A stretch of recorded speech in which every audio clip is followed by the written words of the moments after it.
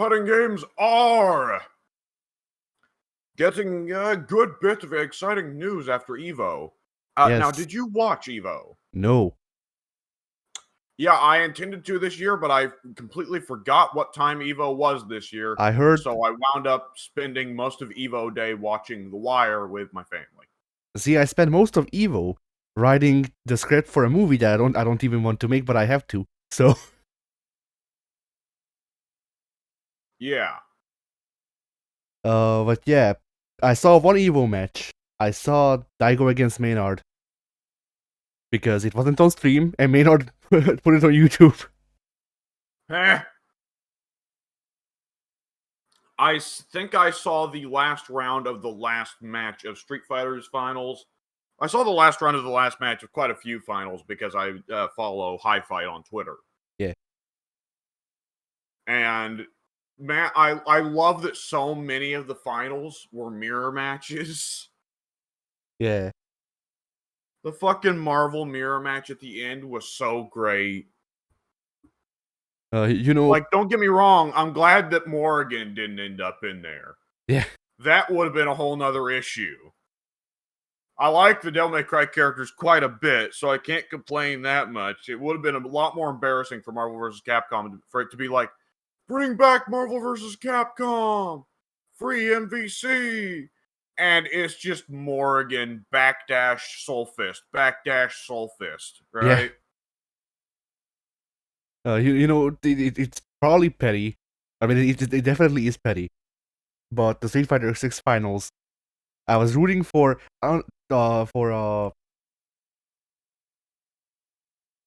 Bird, Angry Bird. There we go. That's their name.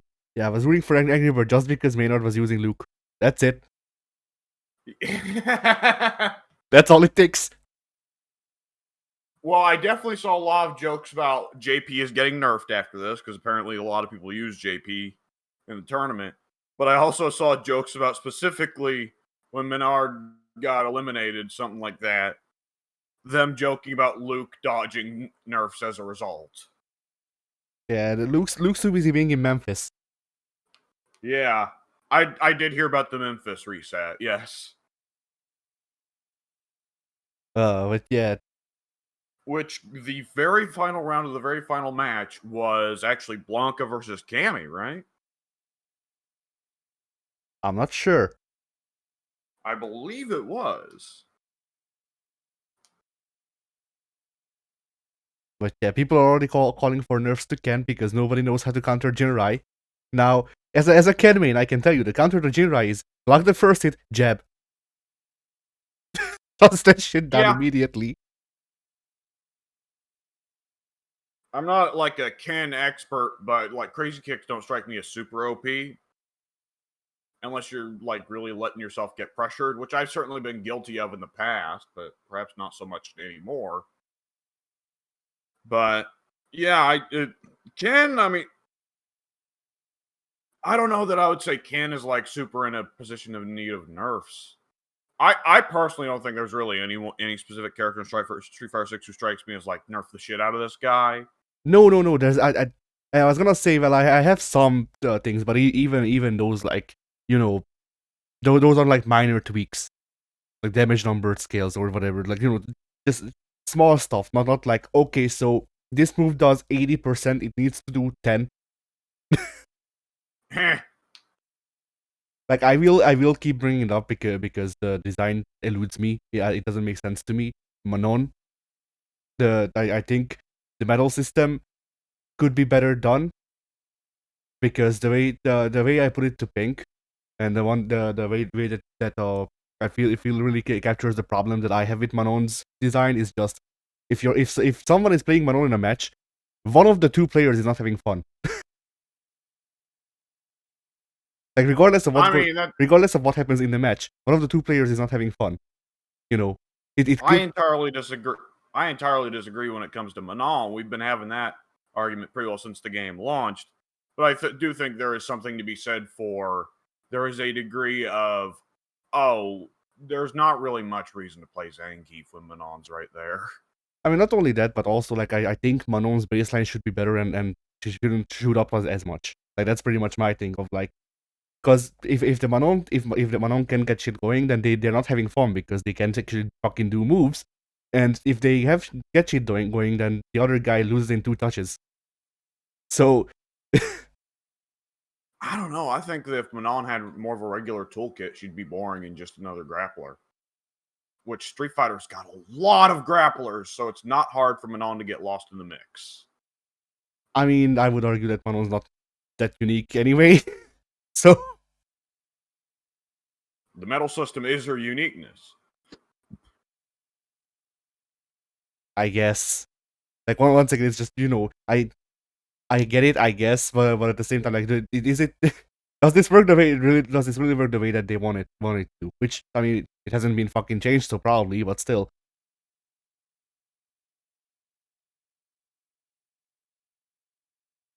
Like, yeah, I can't think of really anyone I see personally super in need of changing. So, either which way, it did sound like it was a fun Evo. A lot of people liked the finals of several of those games. Yes. The only thing that I really saw people reacting negatively to was a moment that was paced like it was going to be a reveal for Marvel and was revealed instead to be a reveal for Grand Blue. And people did not react super well to that one. Yeah. Now, speaking of Grand Blue, we actually have news from before Evo that we didn't talk about, where Grand Blue's creative director, the new Grand Blue game, removed the changes or the difference between the simplified input and the classic input, which means there's literally no reason to play classic. Yeah. That's been a thing. Well, either the simplified inputs are going to be banned online and in tournament, or they just become the new standard. It's one way or the other. I don't. They're gonna be the new standard, I think, because that seems to be what they're going for. Now the question is that a lot of people raised in response to it is, okay, why is classic in the game still then?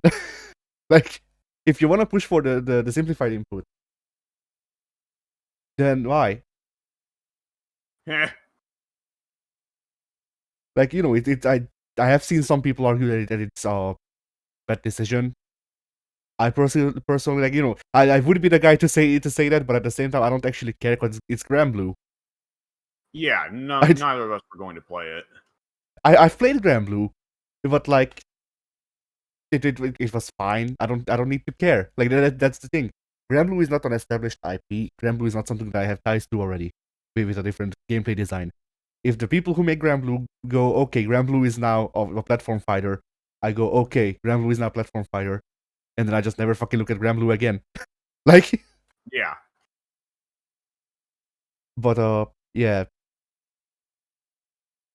Once again, it's just the thing of like, okay, so classic inputs are still included in the game. You can choose them, but why would you?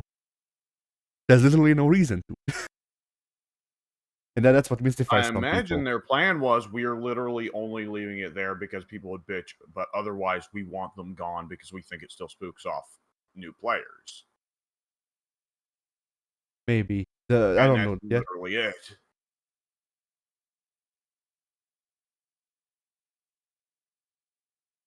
But yeah, that's it for Grand Blue. Pretty much. I mean, not much we can talk about. Yeah, neither of us are players of the game. We don't really care. Oh damn! Let's see. Before Evo, there was also a discussion that came up that I saw about the multiple discussions actually, but about the input reading of Street Fighter 6 and whether it's faulty or not. And the overwhelming the data that I have that tells me that I don't fucking know. Basically, yeah, I definitely get supers instead of specials accidentally a lot, but part of that is just down to me going a bit ham when I input specials sometimes, especially Shoryu's. Yeah, the problem seems to be the input leniency, because I saw clips of a Lily player and they got I forget the names of the moves, but they got Lily's grab of uh I think it was down back. No, it wasn't even down back forward, because that would make half of sense. No, it was block. It was low block, and then it was down or something like that. They got the full circle move out of that, because they were getting before they were getting pressured in the corner. They jumped. That was uh you know that was longer ago than it should still count. Yeah. So that's basically what the problems with the input readings boil down to, of like uh the way that moves take priority seems weird when compared to legacy titles. Also, the input leniency seems to be very, very lenient. It definitely is very lenient. Now, there's an easy fix to this. Well, an easy fix in the sense that we've already seen a way to fix this. It's easy to suggest. Yes. I don't actually know how much it would fuck on the software side, but like MK allows you to change your input leniency between a couple of presets. That is true. MK also allows you to turn on and off negative edge, which is also pretty rare. Street Fighter also has that. SF6 It anyway. does? Yes. I don't think it had it in 5. I don't know if they had it in 5. In 6, it's definitely an option that you can turn on and off in the controls. Huh. So I would hope that they could roll out a patch with like Aki or something, where they add, hey, here's input leniency, here's an input leniency setting. You can set it to high, where it's what we have right now, and then we have 2 tighter options or something like that. Yeah. Which wouldn't fix everything completely, because once again the priorities of moves have changed as well. But it would be a good step, because at least you're not getting a Shoryu out on a Hadouken input. Yeah. Which, if it's doable. Yeah. Which, by the way, it apparently has actually happened during EVO as well. People were getting Shoryus out in places that they logically wouldn't, because of the input Well, leniency. it's not like Evo players are immune to that shit. No, it's just funny, because I'd expect EVO players to know that shit better than me. So it's funny whenever you see the human, you know? Oh, it's an open tournament. Anyone can join. That's true. But yeah. Then. But only a few can earn Chipotle. Only select a few can beat Modern Chun. Hmm. She was in the final 4, if memory serves. I did see people quite angry that modern players made it to any actual rank. And declared this is the time. Remove modern. Kill all modern players. Uncle Bear shows up in the sky. Kill them all, Peter. Kill them all. Put them all up against the wall.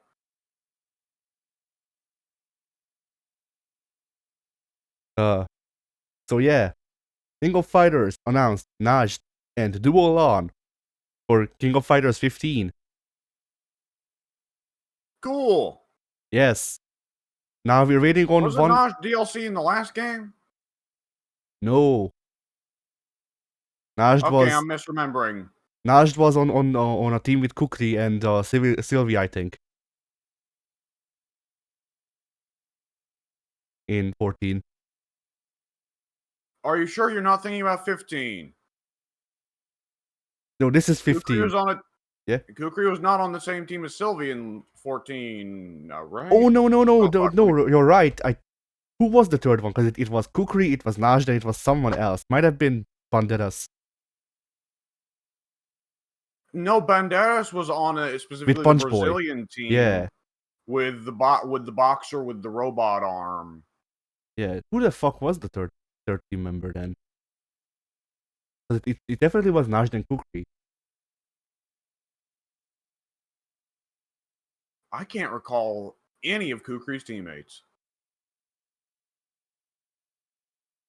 Right, I just typed in King of Fighters 14 roster, and hopefully this will give me the roster or the character select. It did. Let's see. Who was it? Okay, I am wrong in saying that Angela was on the team with Kukri, because Kukri was on a team with Sylvie and the flying chick.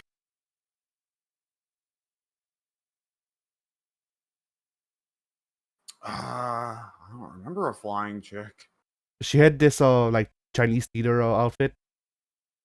Oh, right. Yeah, now I remember. I guess Nash might have been DLC then. Yeah, I'm pretty sure Nosh was DLC last game. As strange as it may sound.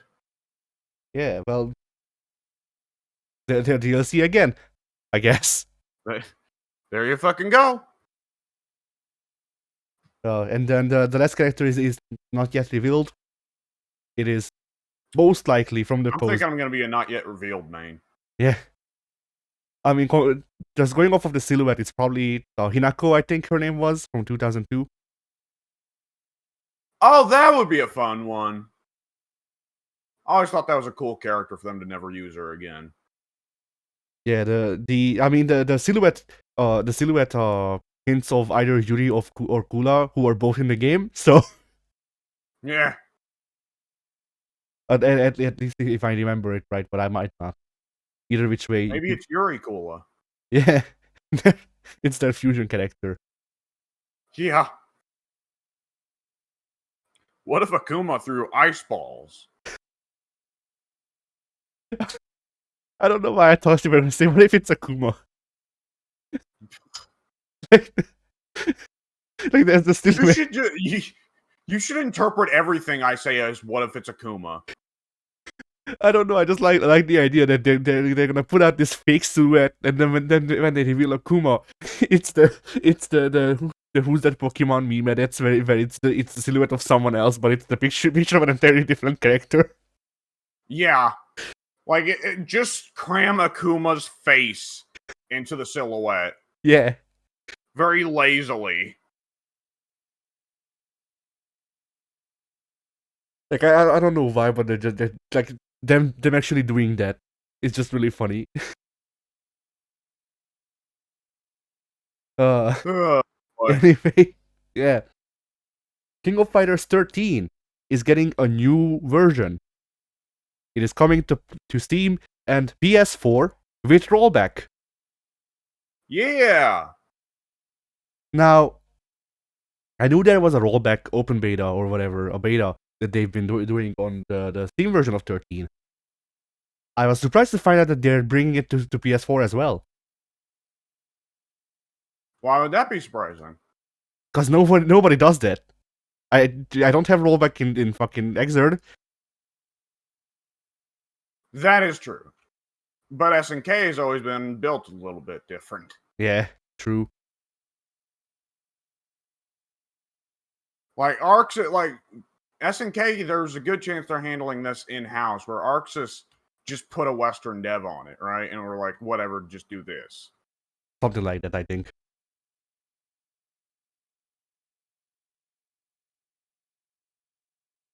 I do wish that they would just put out a patch on PS4 as well, but I'm not I'm not holding my breath. Might want to wait for the PS5 release on that one. You think there will be a PS5 release? Who knows? I probably wouldn't have guessed they were going to introduce new moves for Strive. That's true. All right. Like, seems like it kind of goes against the developer's intention. they locked Ishvatori in the closet. He can't come out. Yeah. They quickly made new moves. Quickly before he gets out. Yeah.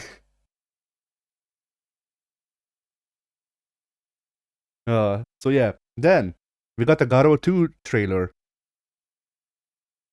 Well, now it turns out it's actually a Fatal Fury game. Which Garo was. It's well, yes, but Like it's the naming scheme of the Fatal Fury Garo series is weird because in Japan, I think it's always been like Garo Densetsu or something like that. Something similar, I forget. And that's all of the Fatal Fury games. And it was also Garo. But it had the Yeah. subtitle of Mark of the Wolves or something similar like that. I don't know. I haven't done my SNK homework recently. But yeah. And then this game is now it's Garo too, but it's also Fatal Fury City of the Wolves because that's what it would have been in the Japanese name. So Yeah. Yeah. People tried to guess some of the names that or some of the voices that we hear at the start. Results are inconclusive aside from the obvious ones like the woman who's saying I'm Shiranui Mai is probably Mai. Like it's Can't guarantee that. It might just be Nakaruru. true. She's back again. You thought she died 100 years ago, but you thought wrong. No, she doesn't. She's the spirit of Japan. That's true. So yeah. Oh boy. I did see. Why did I see people saying Marco's gonna be in it?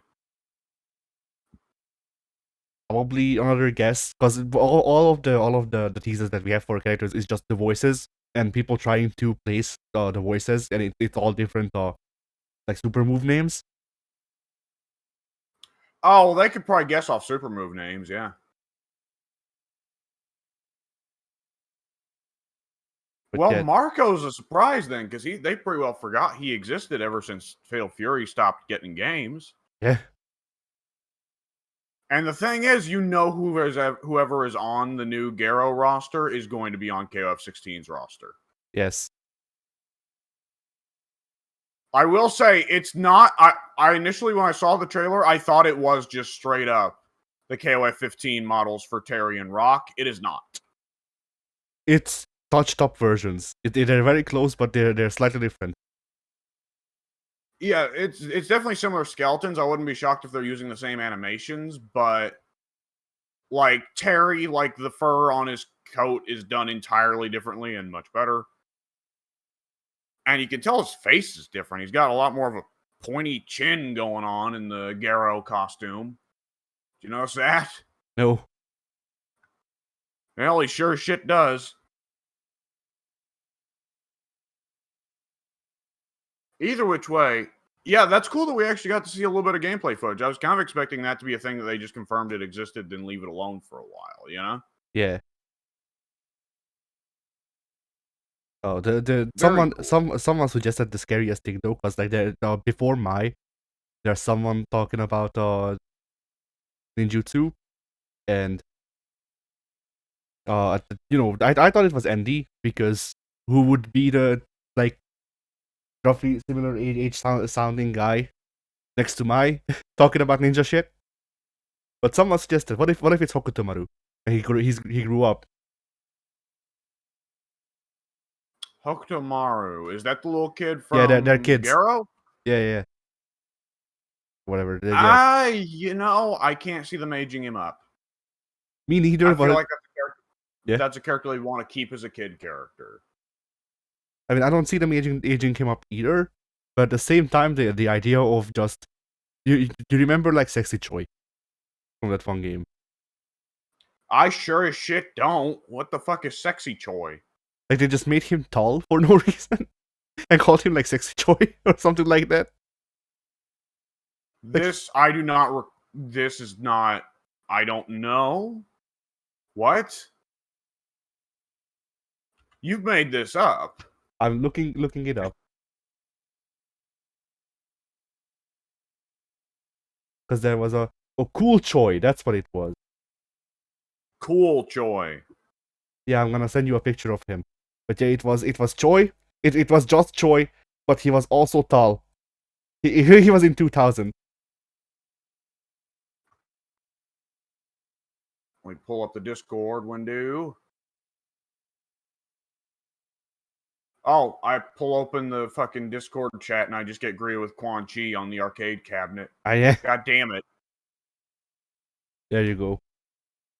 Oh! What the fuck? Yeah, this happened. So It looks like it did, yes. So yeah, I just imagine Hokuto Maru. He's grown up, but he's still wearing the same clothes. He has the same hair. He acts the same way. He's just tall. As adults have been known to do.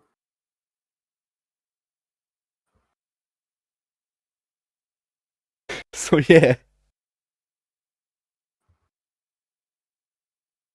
Nah, I'm good. Have I introduced you to a new horror? I mean, Choi was always a horror. This doesn't make a huge difference. But nah, man, I'm good. Yeah.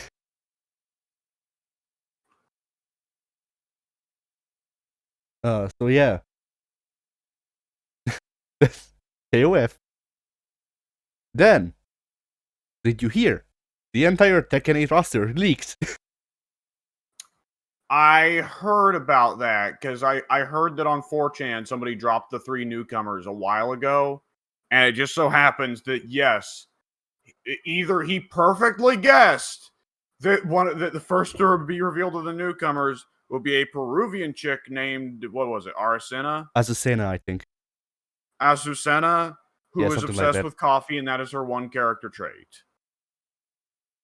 Now, I just say, yeah, I am so sick of Tekken introducing characters where the entire gimmick is they have one trait, and it's just about that.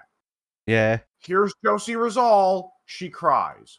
What does she do anything else? No, she cries. Okay. Here's Azucena. She loves coffee and talks about coffee. Does she do anything else? No. She talks about coffee.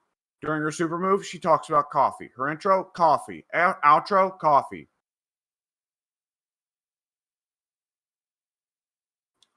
And that being said, yeah, go ahead. Story does not matter that much to fighting games. Like, I've just generally also fallen out of love with Tekken's gameplay style.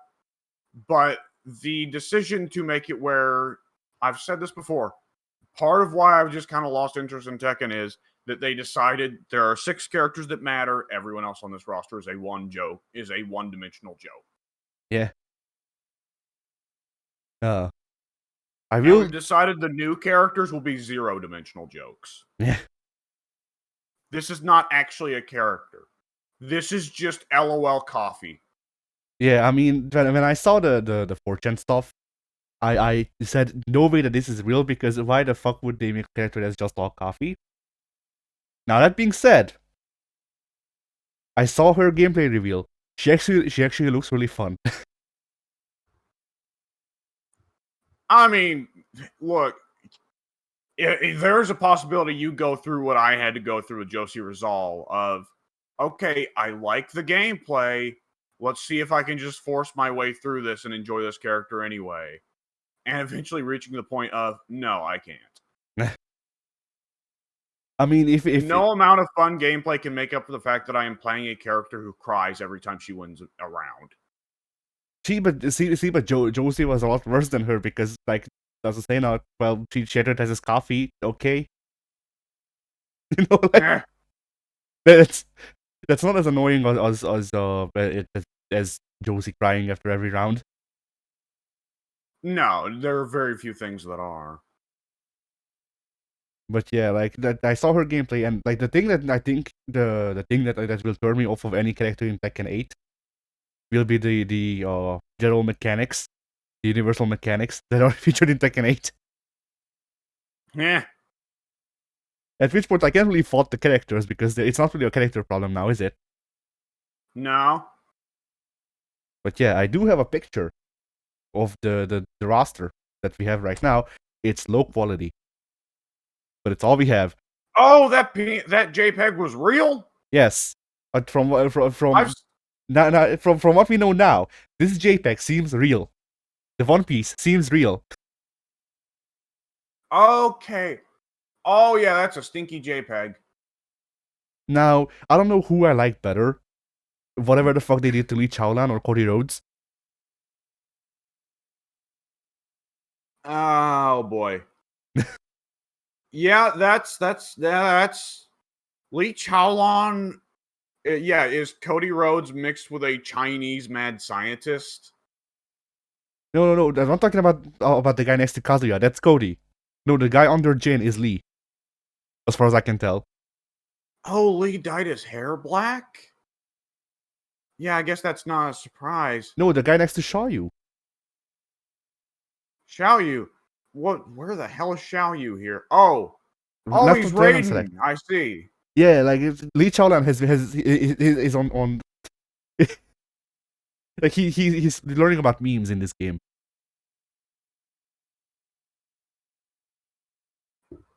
Well,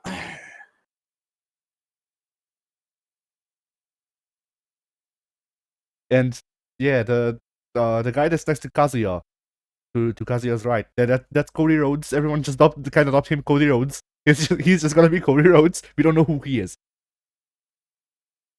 well, I guess he's one of the new characters.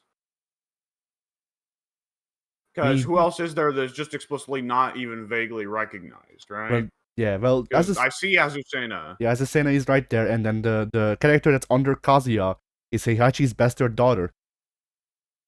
Oh, that's not John. No, John's right. Yeah, John's between Jin right and Kazuya. Yeah, okay. So that character is 100%. Okay, we're not bringing back Heihachi because he just died in the last game. Here's his daughter. Yeah. And she, at Tekken 9, she will disappear until Tekken Tag 3, where her and Heihachi will both be in the game and play identically.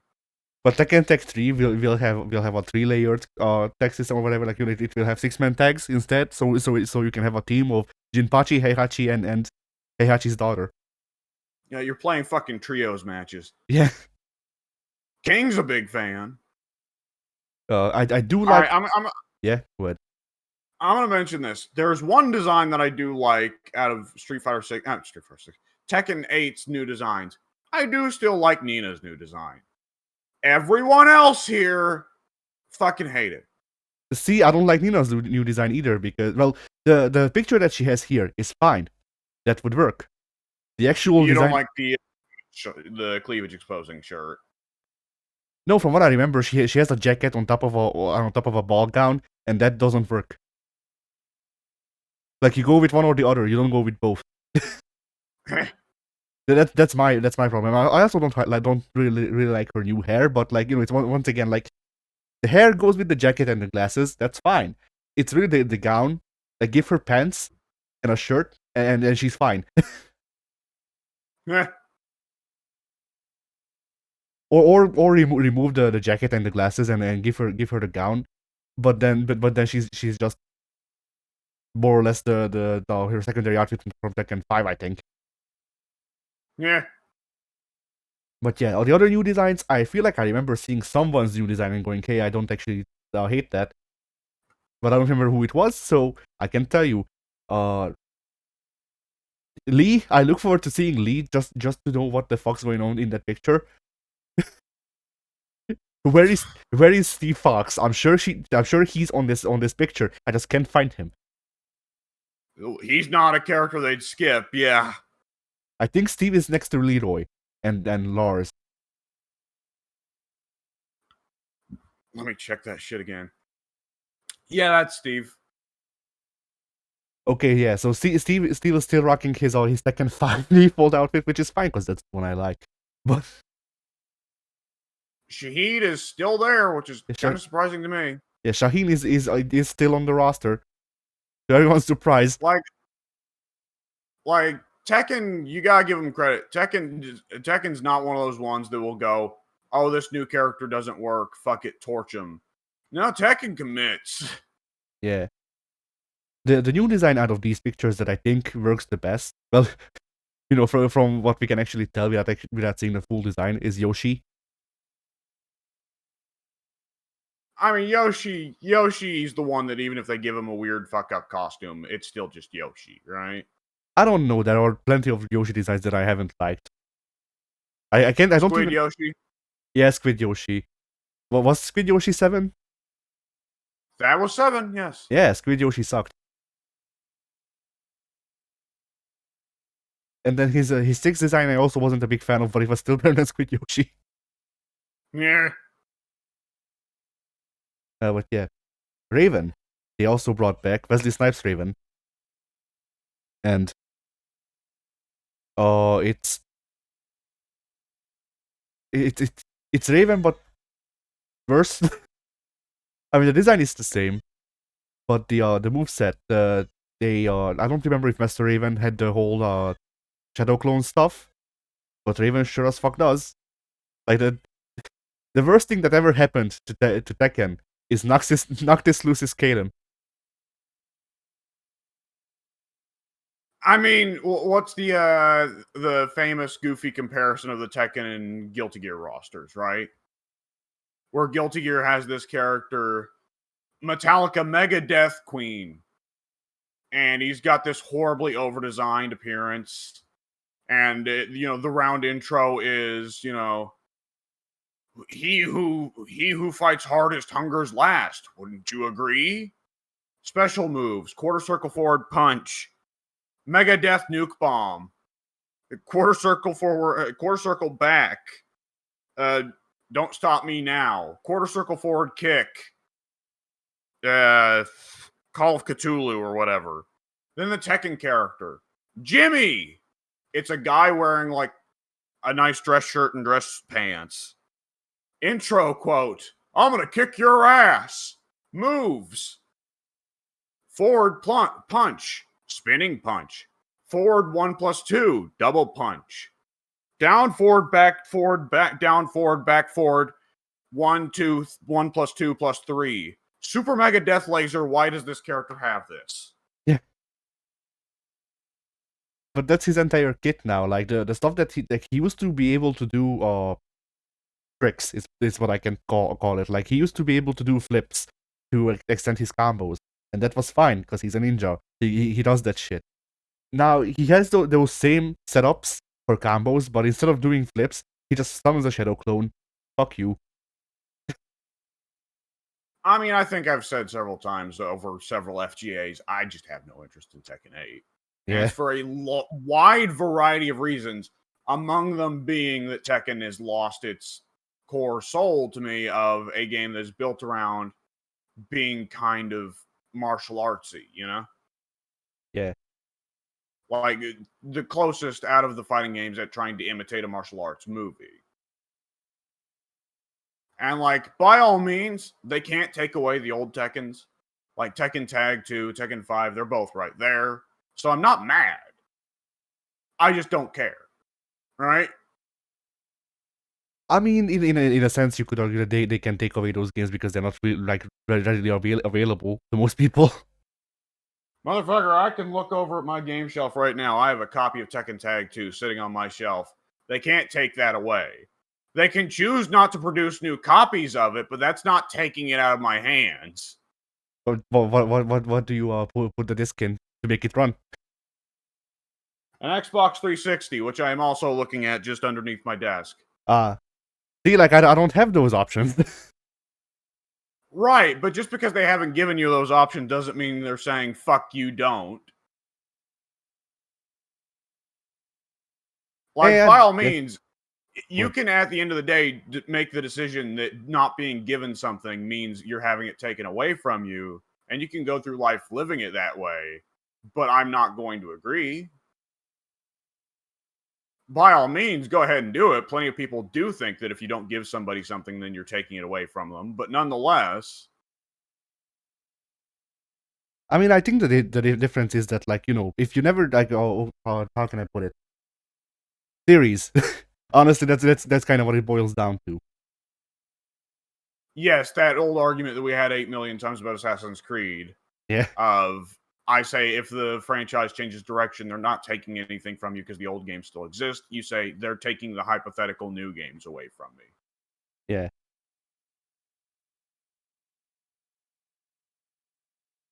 But that's also like, creating the vacuum where it used to be. Because like if people say, well, okay, just play something else that does it. What if nothing does it? Like, what does the thing that Tekken used to do? Virtual Fire is fucking dead. Well, it might not be, but nonetheless, like, well, you know where I am on these things. Nobody owes you or me anything. I mean, that's And true, if they but say they owe us something, then they're lying and trying to get something out of us. yeah. I mean, it's just the shitty thing. Not for the companies, because for the companies, who gives a fuck? It's just the fandom discourse that really gets me riled up about this stuff like this. Because it's like the new people come in and they go, okay, I own this place now. I get you riled up. Nah, because like it just sucks losing stuff that you had. I mean, like, to me, like, it's like I didn't have the sequels. I could hypothetically have them, but until they're in my hands, Yeah,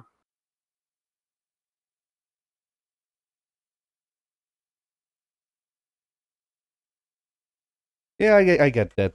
It's once again, like series with series, I just have this the expectation that if I pay for product and product does well, then I will get more product.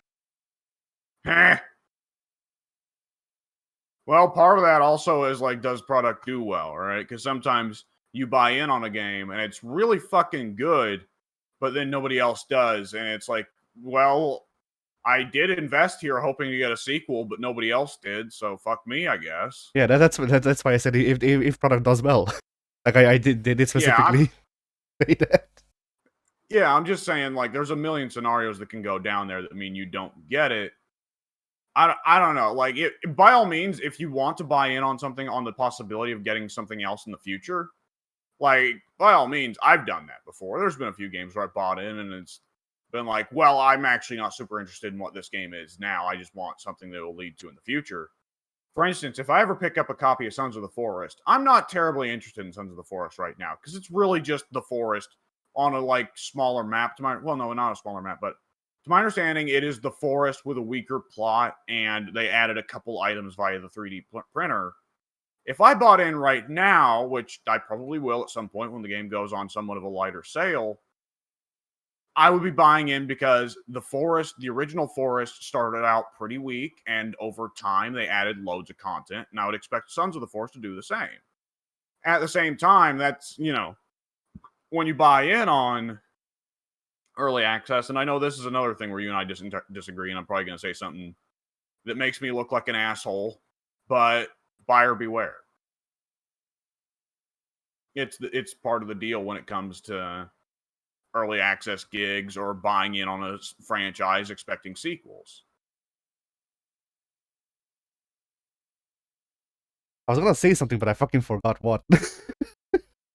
I think you're going to call me some variant of either motherfucker or piece of shit or Nah, bastard or I maybe mean, a racial slur. You might have had one of those loaded up. I mean, buyer beware. I think varies how much You might have been ready to say, Alex, you are the problem. Nah. Nah, like buyer beware. I think they depends on what we're talking about. Because like early access stuff, that I agree. The early access stuff, you're getting what's right there.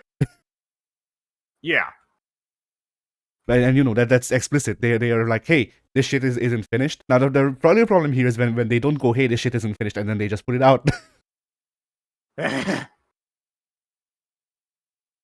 No dev can account for, like, of course, the famous thing is always starting an early access game, promising stuff in the future, then cashing out, right? Yeah. But no matter what, with an early access sort of deal or a franchise, you can never account for whether or not the studio lights on fire or the director has a heart attack, right?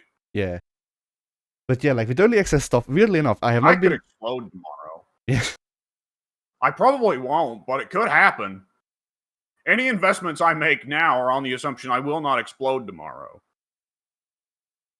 But yeah, like genuinely, I have not been disappointed by early access stuff yet because I generally don't buy in. So yeah, you got to do your research, buyer beware. but yeah, the thing with series though is that like, you know, they once again depending on a lot of shit. Like what can I really point to? I mean, Yakuza is the one that I can point to easiest. Where it was like, okay, what the fuck was the reason for the change? Now the reason for the change was that the team didn't want to make another 3D beat 'em up. But And because people reacted really well to a meme. yeah, but like, how was I supposed to gauge that? You know, before getting in? Because like with Assassin's Creed, you could argue, oh well, you know, they changed because of the bad reception to Unity, which I mean, they took the wrong lesson, but at least they took a lesson. It was a pretty delayed reaction. I don't know, because they made Syndicate. I was like, hey, we don't actually want to commit to change, and it didn't do well, and then then the Syndicate didn't do well because Unity was bad, and then Origins. So yeah, AC is pretty cleanly one of those series where kind of like it's my understanding AC has a similar thing to Resident Evil, right? The success of any given game depends on the quality of the sequel. yeah, and like I think that this isn't really a series specific thing anymore. I think it's just how people consume media now. Like Street Fighter 7 will sell well because Street Fighter 6 was good. Street Fighter 6 could have sold even more if Street Fighter 5 wasn't bad. Now, Yeah. Street Fighter 6 had a lot of social media hype behind it, though, that played a big part. Yeah. I mean, Capcom, credit where it's due. And there's a lot of credit to be given with 6. But credit where it's due. Capcom tried their best to salvage what they could with Street Fighter 6 on every front. So yeah. So they actually, like, their involvement actually paid dividends. Yeah.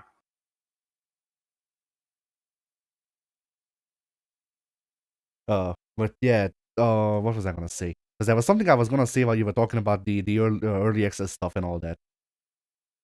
I can't remember it. Whatever. How do you feel about Devolution under the question mark? Allegedly, that's who that is. Oh, hang on. Let me go back and look. Oh, Devilgen, well, presumably still has wings. I mean, I don't know. Devilgen's there. He's not my guy, but I mean, normal Jin also has wings, but like the thing here is that it's the framing. oh I god think. damn it! Why? Mishima. That's the best answer I can give you. Mishima. Why is Devilgen there if regular Jin also has wings? Does regular Jin also shoot lasers now? I don't know. He has moved like he's like Kazuya now, where some of his moves turned him into his devil form. So like, I don't know. It's you know, people the thing that people said is that Devil Jin might be in there because you know, normal Jin doesn't use Mishima style karate. Kazuya is right there. Kazuya is literally on this screen right now. Well, the reason Devilgen was put in the games as a separate character to begin with was because during the transition from Tekken 3 to Tekken 4, they got rid of the old Jin playstyle entirely because they wanted to show that he hates Kazuya or that he's ashamed of his family. So he switched to the new Jin moveset. But the old Jin moveset stayed on Devil Jin. So that's why Devil Jin is there, like in terms of like the actual like moveset. But in terms of what makes them identifiably different to people who aren't big series fans, like they're gonna be like, well, what the hell, right? Yeah, but I mean, no, I'm not even talking about that. I'm talking about even in moveset. Like normal Jin has a lot of stuff that Devil Jin used to be able to do, from what I understand. So it's just it's. I'm sure that there is some reason why both of them are on the roster. It's just not something that I understand yet. You know. Yeah. Nor will anyone. So yeah, that's Tekken 8. Yep, Then it's still going. If you're interested in it, more power to you. I expected you to say if you're interested in it, fuck you. No, that's you.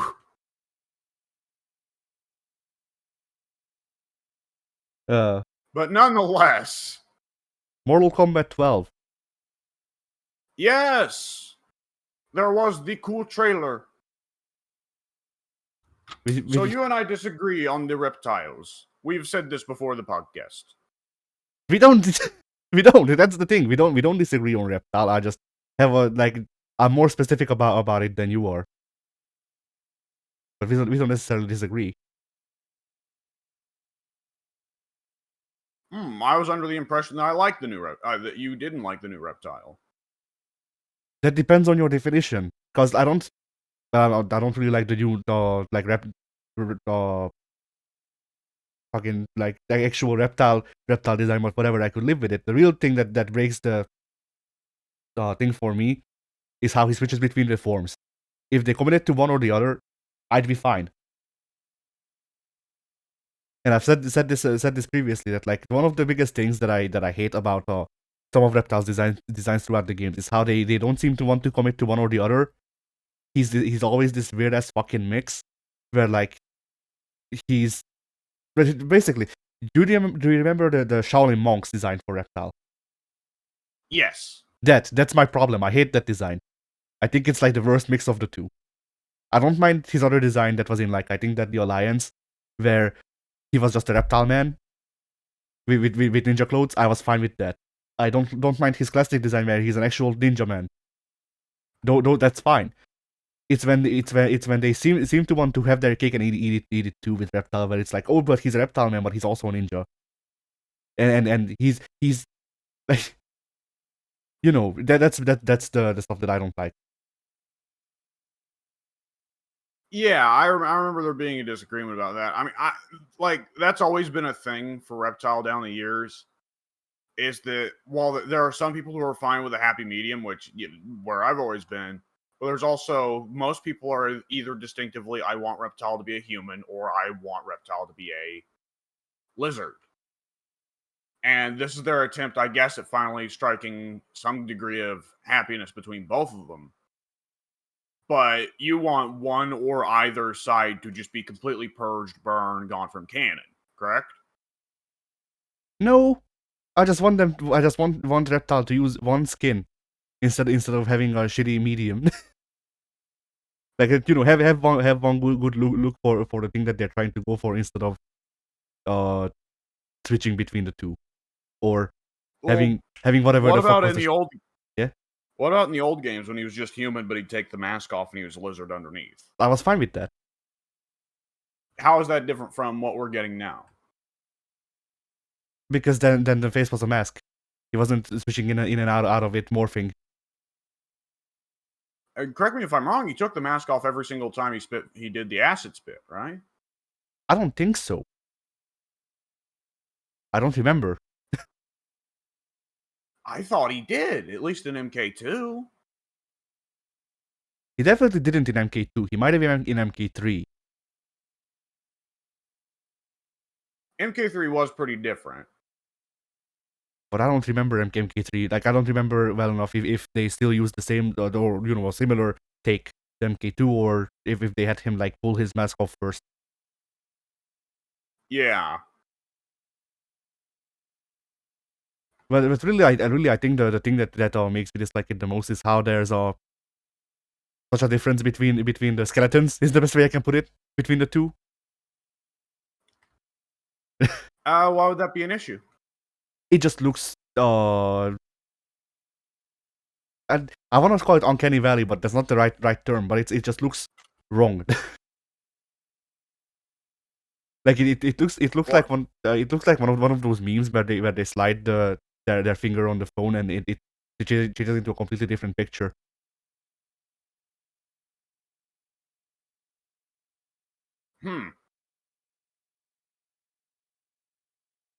Like the move that I liked the best where they mixed the two for me was the one where he steals them with his tail. because the morph actually make the morph isn't complete. It's also on a part that isn't present on normal reptile. So we can, with the morph, we can actually show, hey, he also has a tail here. Okay, cool. He does the spin. It goes away because he's trying not to show it for some reason. All right, cool. But then when he does a partial transformation, then the process just seems unclear to me. Like, the moves become muddy. Yeah, I guess I just don't get it.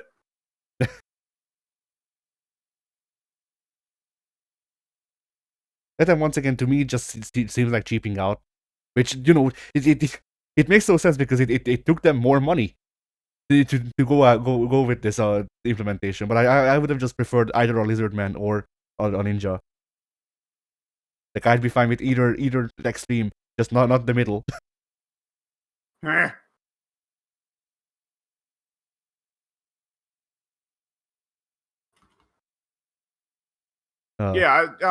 to me, I'm very happy with this. I think this is a cool solution.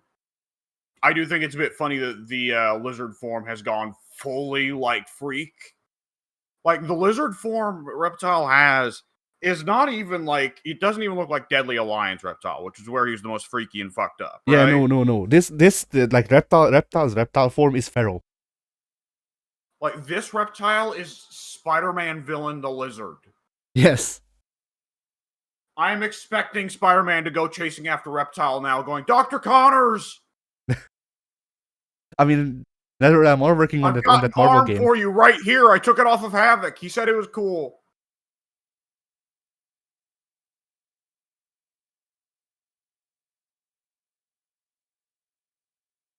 Oh, what'd you think of that fucking Reptile fatality, by the way? I mean, it was a modern fatality, yes. I didn't really think. Oh, I wasn't talking about what kind of quality it was. I'm thinking, what are some people gonna think of that? Oh, I mean, yeah, that didn't even that didn't even occur to me. But you're right. Yeah, Like, just straight up, and it happens to Melina of all fucking people. She should have a unique voice line when he spits her back up, where she goes, "Oh, that's what that feels like." When he first when the thing happens, I kind of want them to patch in or either add in or patch in post release a voice line of like Yoshi or someone going Yum. Yeah, for each time. I mean, he's pretty well doing that to her. Doesn't he even stick his tongue out first to get her? I don't remember. I don't think so. But he might. I want to say he grabs her with the tongue. No, you're right.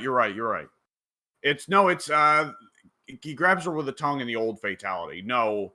Yeah, no. This one is he grabs them by the neck, I think. But yeah, he turns invisible because it's the old school fatality where he would turn invisible and kill them, but this time rather than them just exploding, he turns invisible and then eats them. Yeah. Yeah. And for a second, you can see them through Reptile's invisible skin, which calls to question how Reptile's camouflage actually works. Because logically speaking, you should be able to see the contents of Reptile's stomach every time he turns invisible then, shouldn't you? Yeah.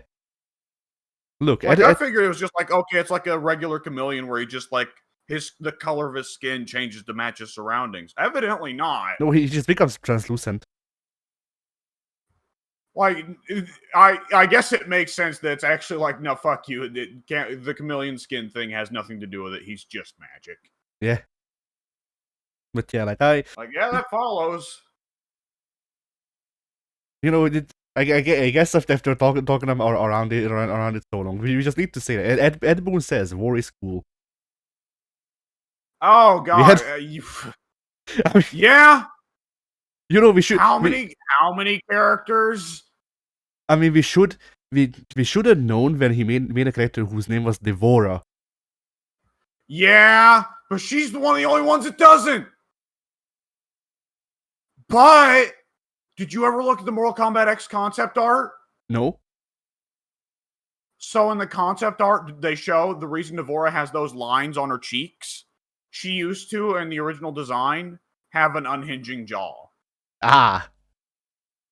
So yes, actually, you might be right on the money with that one, which makes me ask questions about certain members of the MK team. Everyone has their fetish. Ed has war. Someone else has Wait a has second. fetish. MKX also had a concept art that was unused of Melina having an unhinging jaw. Oh no. Which, to be fair, that one makes sense. I mean, Otherwise, it's kind of questionable that the other person just turns into a soup noodle whenever Melina does the man-eater fatality. Yeah. Oh shit. God, I love that they added that fatality to MKX and they didn't bother to make it like look anything realistic. It's still just a stupid cartoon of her sucking them up like a noodle. Yeah. You know, I didn't think that I would find this out about that Boone today. Which obviously, as we all know, that's how game development works. Ed Boone, who is the producer, I think. Yeah, he just does everything. Yeah. But yeah, like yeah. Oh God, do you remember the remaster? You remember the remastered fatalities from MK9? Some of them. So I forget if it was DLC or a free update, but for several of the old ninjas, they gave them their classic fatalities back. Scorpion got the old shoot fire at their feet. Sub-Zero got the spine rip. Reptile got heady. Now, when they did the remastered fatalities for MKX, they specifically made a point of making them look as much like the originals as possible. That's to say, making them look like shit, right? Yeah. Like when Sub-Zero does the spine rip in MKX, it's very, like, effortless. He just simply grabs the opponent's neck and their spine has already left their body. MK9, I specifically recall the spine rip in that game. Sub-Zero gives it a good tug, and it doesn't come out first. You just hear a spine pop, and then he has to pull again, and the spine rip comes out, right? Yeah. Reptiles, I remember, was horrible. Because he reaches out with a tongue and he grabs the head. And first the head gets stuck in Reptile's mouth, and you can see him visibly swallow it, and his neck gets bigger as the head passes through. Oh no. Yeah. Good lord. Like that's okay. Shit. How many characters in MK eat people? Wait a second. Lot. I mean, okay. Melina, if you just Reptile, Havoc, Natara. Arguably, I mean, I don't know. Vampires, I count vampires as eating people. Do you? Not really. I mean, so sometimes they are cannibal vampires, in which case I guess so, but unless they eat the meat. What about Sector? Because Sector has that fatality where he grabs you with a claw, then winds up sucking you into his chest. I'd call it. Which, come to think of it, raises many questions. I wouldn't call that eating you. He's making you into Wall-E cube. No. That's one fatality he has in one game. But there's another game, I want to say his Deadly Alliance fatality. I could be wrong. Where he opens up his chest and he shoots out a big claw, similar to the one he makes the cube out of. But he grabs onto the opponent, slams them into the ground a few times, then sucks the claw back into the chest while he still got them, and they just get sucked into his chest. Ah, that's just the Freddy Fazbear's surprise. Yeah, I guess so. Now, they are Sector now. He's now walking you around inside him like a puppet. Yeah.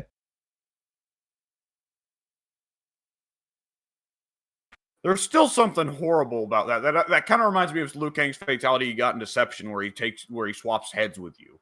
Yeah. Which, come to think of it, Triborg still also got that as brutality in MKX, where he swaps heads with the opponent, which was one of the best brutalities because it looks so stupid every time. Reptile discussion just the reptile discussion just made me think of all of the reptile dysfunction. yeah, erectile dysfunction. Yes, Don't laugh. It's a problem for many grown Zaterans. but yeah, it made me just think about how many like sus fatalities there are. Cause like, okay, let's count just not even individual fatalities. Let's just count the genres. We have war. We have inflation. We have micro macro. Oh God. We have micro macro. Oh yeah. What else is there? It was my understanding that fetish wasn't about stepping on them, but nonetheless. That depends. But I mean, between most of the women characters, we have loads of BDSM and shit. But like I'm not even trying to go for the more like the more normal stuff like BDSM. I'm trying to go for the out there things. They're like shit. Well, I mean, new Reptile is explicitly scaly. Like, he just has the luxury of being able to switch between his scale Sona and his regular self at a moment's notice. Well, no, actually, it's the reverse. The trailer says it's the reverse. He's a lizard who has a human Sona. Yes.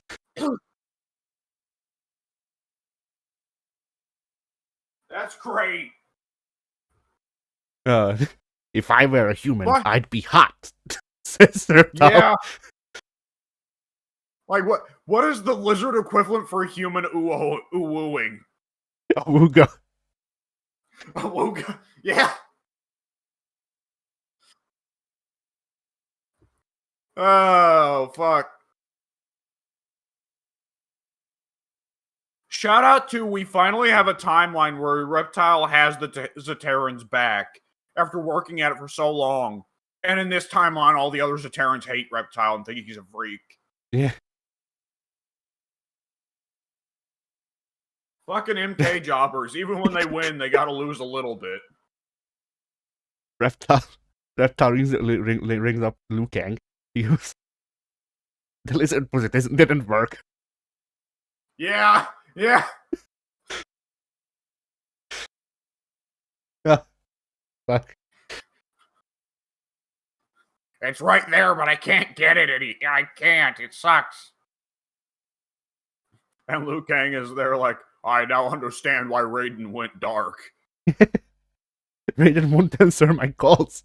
Ever since I said he'll go through the Kamidogu. Yeah. I've been trying to ask Raiden how to fix this whole Reptile situation. I'm starting to understand why the first time he said, whatever, fuck it, Reptile can't be helped.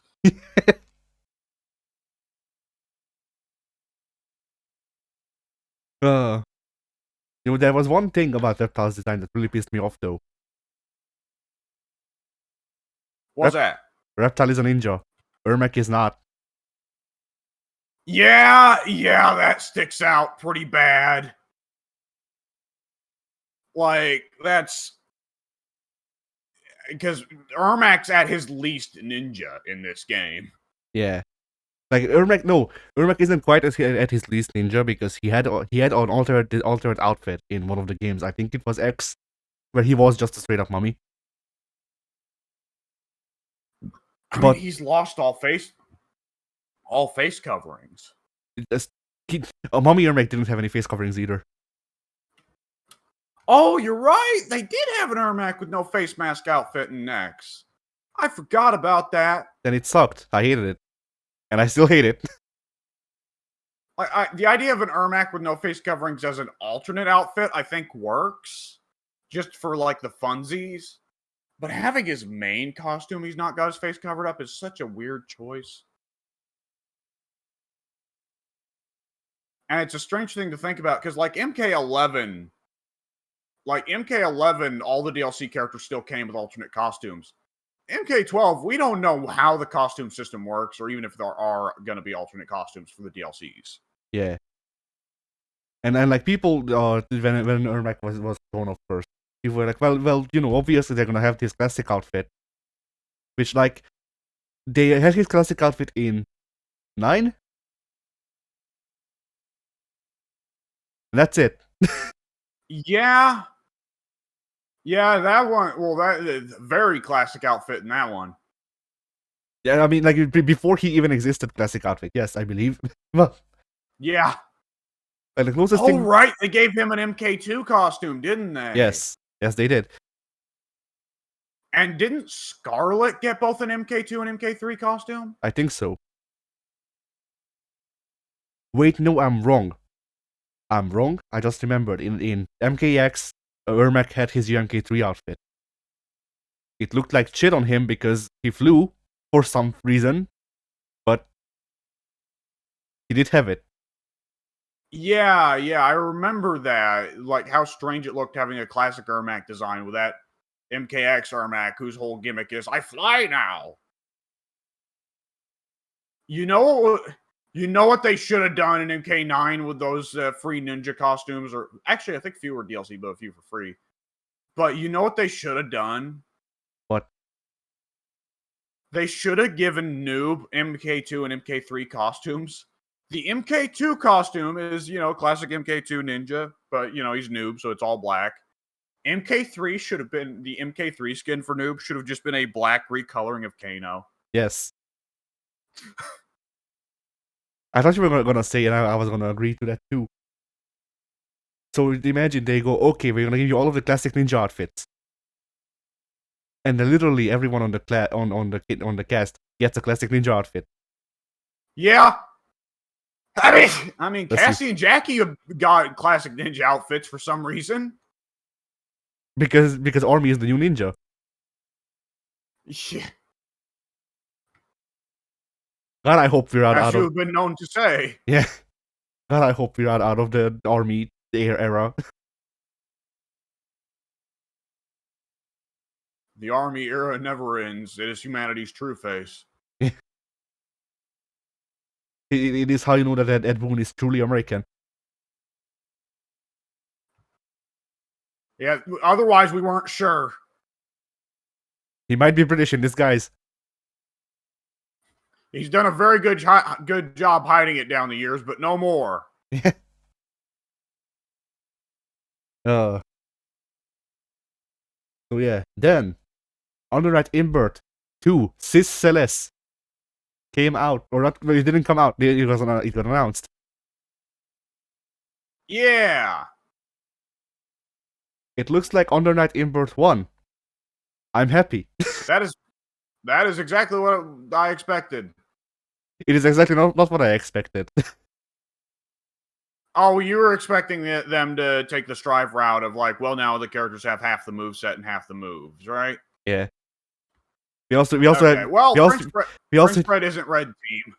I mean, French Bed made Melty Blood, and that also went that route. So really, I didn't hear about that. yeah. Well, yeah. Type Lumina is okay. So Actress again has like I want to say 4 move lists per character.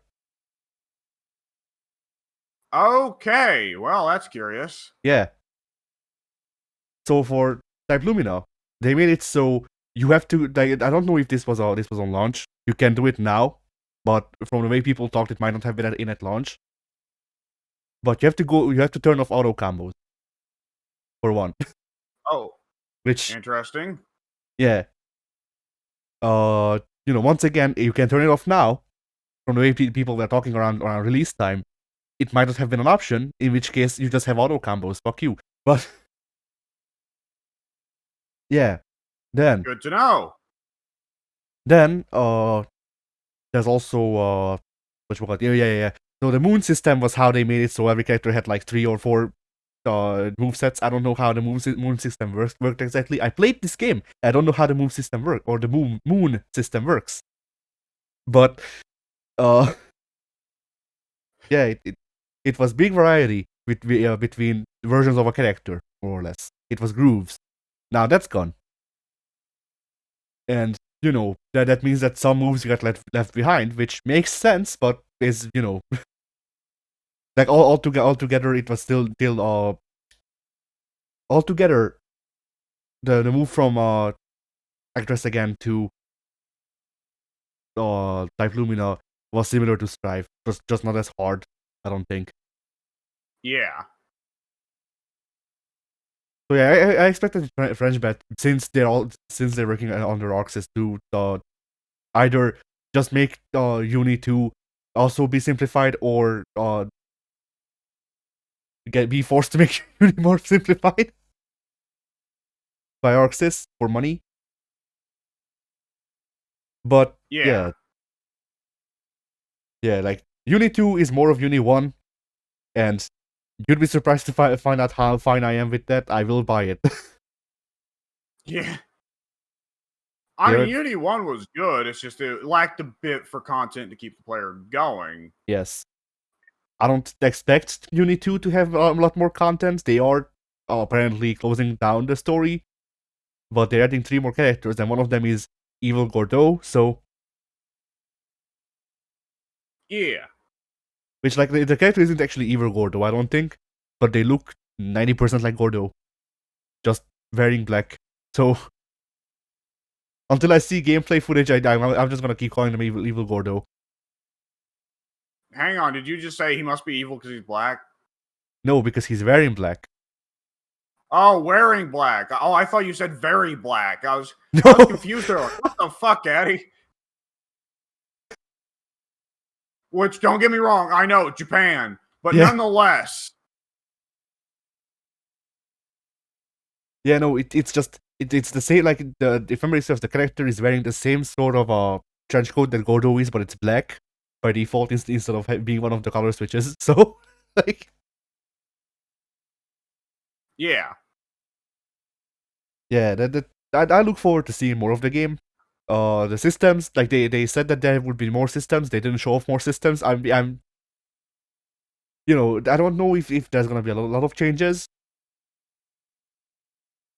And they just went with the idea of, we'll just show them the game that they know that they already own first, so they know that they know what to expect, and then we'll roll out the changes that we've made, or if there's just not gonna be a lot of changes. Yeah, that's a good question. Uni, like, people that actually played Uni and didn't just look at the grid system and go, oh, fuck this, this is the problem with fighting games. For people who did actually play Uni, it's like, yeah, Uni is a pretty damn cool game. So, for those people, there might not be changes.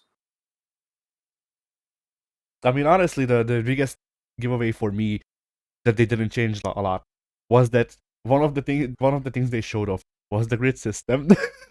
Like they in the things they're showing off the gameplay mechanics. Like I want to say the third one was a close up of the grid meter, and I went, "Yup." There you go. And then they showed off how the grid system works, and it's the same. Yep. Yeah, like it seems like there's gonna be new artwork, by which I mean legitimately new character select artwork. There's gonna be new. I did see that. I did notice that the art had considerably improved in quality. Yes, but only the actual like art, not the sprite work, because you know, getting all of that shit redrawn would cost a lot of money, I assume. Yes. Muy expensive. But on the other hand, from what I remember, the particle effects seemed prettier. And what truly what is the what's the word I'm looking for? Like, what's really the giveaway that your sprite-based fighting game was made after 1990? Than if you just have all of the budget in the particle effect. Yep. Because we ain't redrawing this shit. But imagine what uni game or just any sprite-based game that's still getting updates, I guess. Imagine what they would look like if they actually shelled out the money for rotoscoping like SNK did with 13. Eh.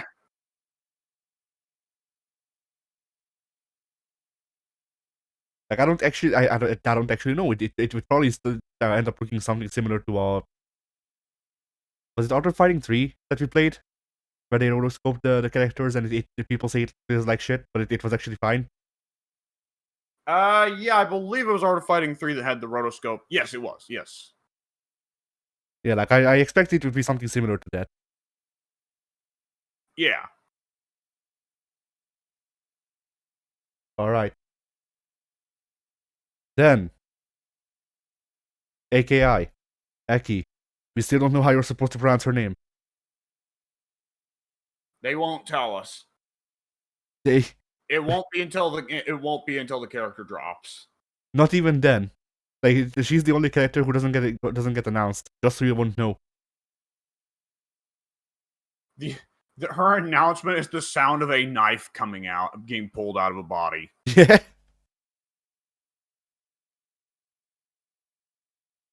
It just makes Mortal Kombat gore noises. Yeah.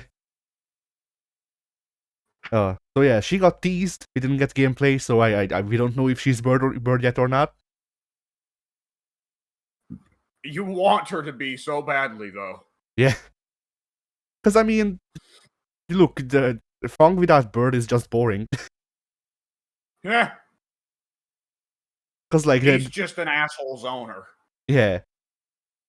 With a shitty unblockable. That's it. But yeah. Which unblockables don't quite have the same appeal in 6. No.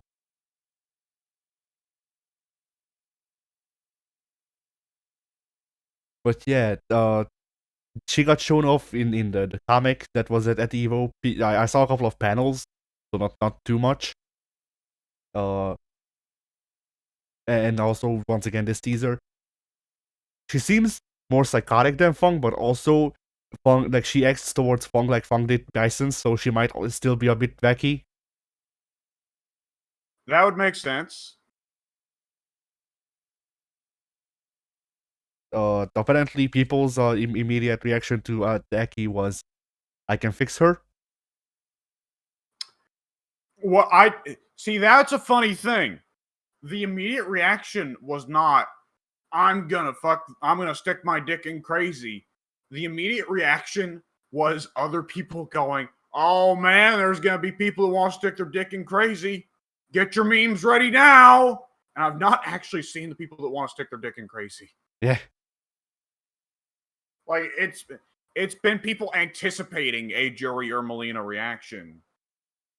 I mean, I have seen people who seem to be on the verge of it. Like, you know, the people that I've seen, I guess simping for Eki, they've been more reined in than Jury or Melina or Cammy players. Because like Well, to be honest, yeah, like on some level, Aki's bound to not quite have the same reaction just because she's got such a weird hairstyle and she's not. I mean, here I am, Mr. Heterosexual Man, displaying my heterosexuality, I guess, being an asshole. But her body isn't impressive. Jury is a well-endowed woman, both in the life and hometown departments. Melina has been well-endowed in some parts, just in the newer but game. Neither of those are what people look at Jury for, though. Yes, that is also true. Aki is a bone-thin woman with a weird hairstyle and not exposed feet. That is true, I guess. Like, if people are into Aki, it's expressly for her personality. Because they want to stick their dick in crazy. Yeah. Like, I'm just really hoping that she has a veneer of being more psychotic than Fong, and then she also is just Bird. Because to me, that's like, you know, Fong is funny to me because you hate him. That's it. I really do. Eki, I could actually find like funny outside of that if she also is Bird while also being psychotic. Yeah. because then she's wacky. Yeah. But you know, like when Aki releases, we need to get Goku. No, we don't. We don't need to. No, I'm joking. That shit again. I'm joking. I mean, that'd be a very easy answer to the unblockable now. Yeah.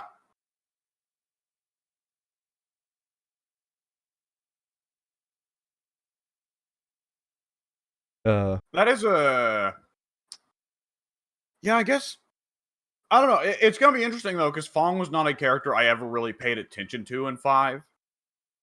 Whereas in 6, I try to learn everybody on some regard. The Shotos haven't interested me. I think I said that, I actually said this during a recording with Pink. The first time we played Street Fighter 6 and you weren't there, I didn't touch Ryu or Ken until like it got down to the nitty gritty, and Pink went, "What? You're not a big Ryu or Ken fan?" And I said, "Oh, the truth is, my favorite Shoto. I mean, Sakura is pretty close, but my favorite Shoto is probably Akuma. I just don't play him because I know that Addy's got him covered." I mean, Akuma is just the best Shoto, isn't he? Generally, yeah, it depends. It depends. Marvel Sakura is really fun. The ability to switch between Dark Sakura and regular Sakura, and Dark Sakura being, well, Akuma, while regular Sakura is like a wildly different Shoto that's pretty well not a Shoto at all. But like, actually, if like we're going outside in Street Fighter, yeah, I'd say probably Akuma is my pick for favorite Shoto. Street Fighter 4 Evil Ryu is really fun with the stomp loops, though. If we go outside of Street Fighter, though, I would say my favorite Shoto is Yuri. Yeah. But which one? I'm also pretty big on. I'm big on Yuri Sakazaki. There you go. No. I mean, which Yuri Sakazaki? Because there's 4 of her. Whichever ones have the bitch slap command grab. Like to me, Yuri is the classic 3 Shoto tool. She's got Tatsu, she's got Fireball, she's got Shoryuken. Plus, she has the Saiha, and she has the bitch slap command grab. That's Yuri to me. Yeah. To me, Yuri is Akuma because that's what she became eventually. That's when I picked her up. Yeah. Because it's. I mean, for one, yeah, playing as Yuri, and those moves coming out of Yuri's body, funny, but yeah. But it's also a thing of like, I've been playing Akuma for like, I don't know when I first played Alpha, but like. Yeah. But yeah, I've been playing Akuma. You couldn't really play him in Street Fighter 2. No. I mean, you especially couldn't play him in the Street Fighter 2 that I had, because that was made before Akuma was made. Yeah. Like, the Street Fighter 2 remake that I had was based off of the original Street Fighter 2. Or maybe New Challengers, I don't know. Which one added Bison as playable? Champion. Okay, then it would have been based off of Champion Edition, because Bison was definitely playable. So yeah, it was no Super Turbo. There were no supers. Is my point. Yeah. And yeah, like I played Akuma in Alpha first. I tried him out, and I saw Zanku Hadoken, and I went, okay, I am not playing Ryu anymore. Yeah. Which is the Ryu player experience, isn't it? For the vast majority of people, at least. Yeah, I think there's definitely some people who just go, I don't want these extra buttons. I just want 3 moves. Yeah. The issue is, like, there's an argument to be had there of, like, well, if there are 3 moves that are real good, like, for instance, good old Guile's gimmick versus DJ is DJ gets more stuff than Guile in every game, but Guile's stuff is better. Sonic Boom is better than Air Slasher. Flash Kick is better than either Jackknife or Machine Gun Upper. Yeah. So you're making the choice of like, okay, well, I can learn more dedicated utility with DJ, but I have to actually take the time to learn the separate moves and inputs and combos and things. Or with Guile, it's like, just Flash Kick, idiot. Yeah. I mean, that is what the show was boiled down to as well. Because, like, Akuma, I don't know why you like Akuma most. Because this is the first time we're talking about this. But yeah, it is kind of an interesting thing for us to not really hit. Though there are definitely some instances of both of us dodging characters because we know the other one is a fan of them.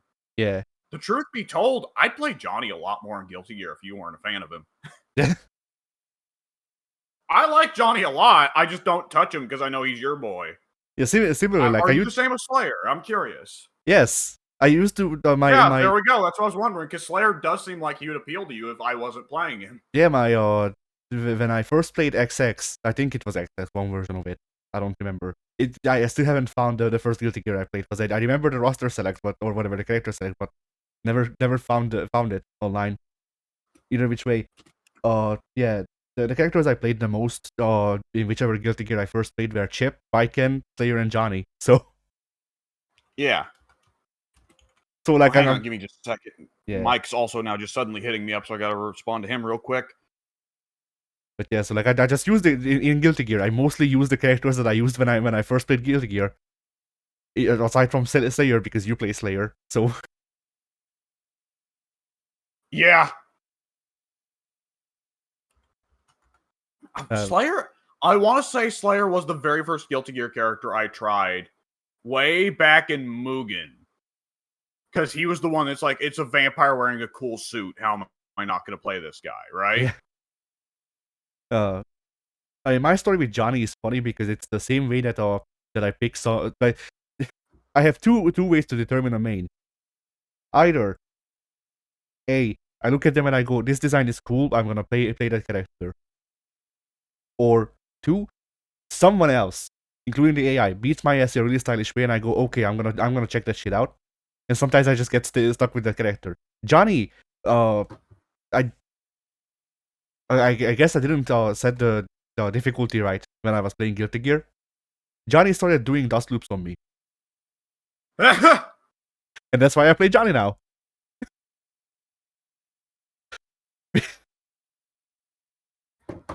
So, hang on, give me a second. My earbuds are out of battery. All right. Here you go, suckers. All right.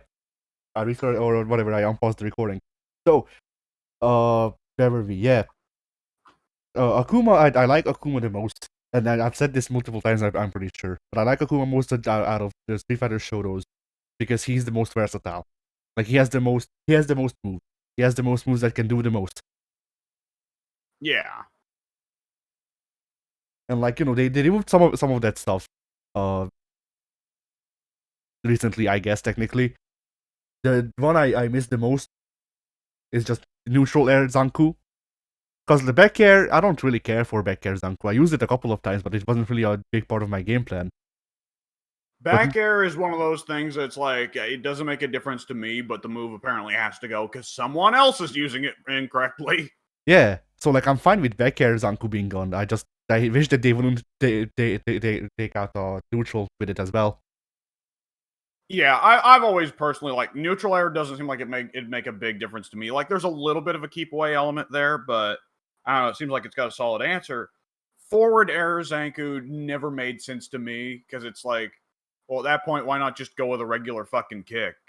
Yeah, I mean, and not only that, but also the forward air Zanku can just suck depending on the game. Like Third Strike and Alpha both have this problem where Zanku Hadoken comes out under Akuma's hand, which would make sense, except for the part where there's this window between the Hadoken and Akuma's hand where you can just punch him and you won't get hit. It's not a trade.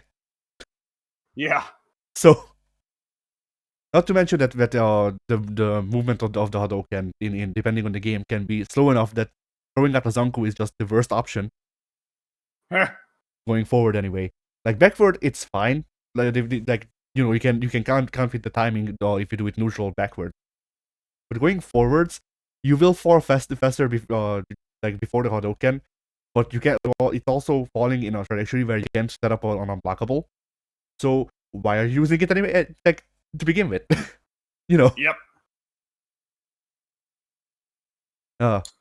So yeah, this is my thing. Like the back jump stuff, like removing back jump projectiles and back jump dive kicks.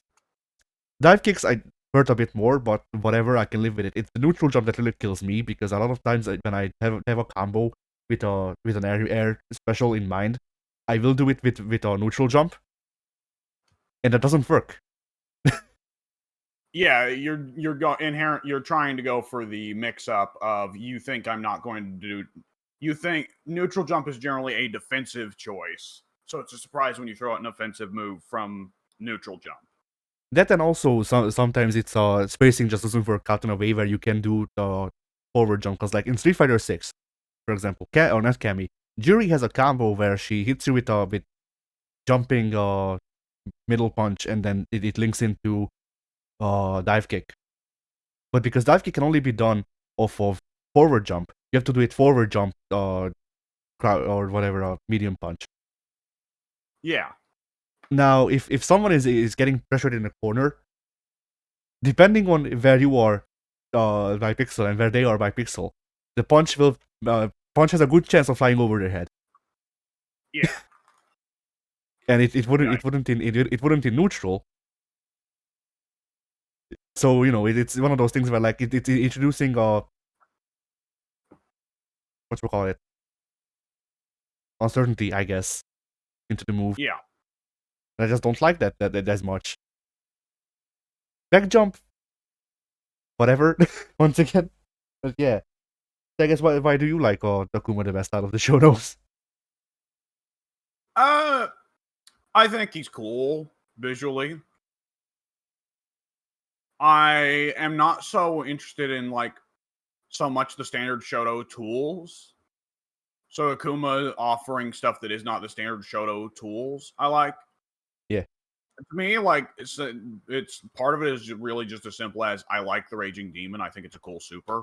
Yeah. Which is also a big part of why like Dark Sakura appeals to me, because she has the Raging Demon.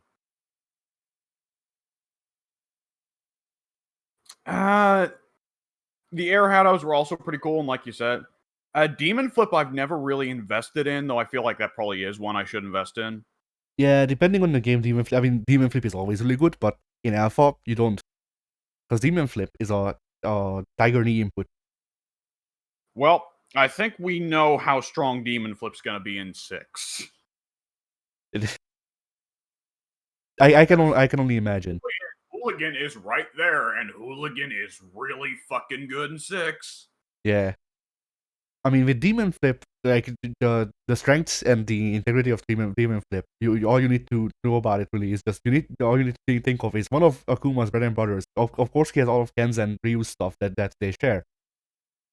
One of Akuma's easiest combos is Demon Flip into dive kick into Shoryu because it always links.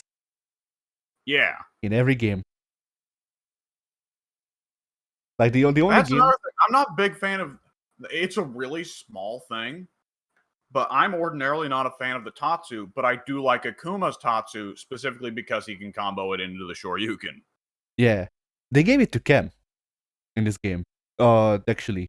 Really? Yeah, I was surprised to find out, but Ken beat me really bad, and then I tried and turns out you can actually do it.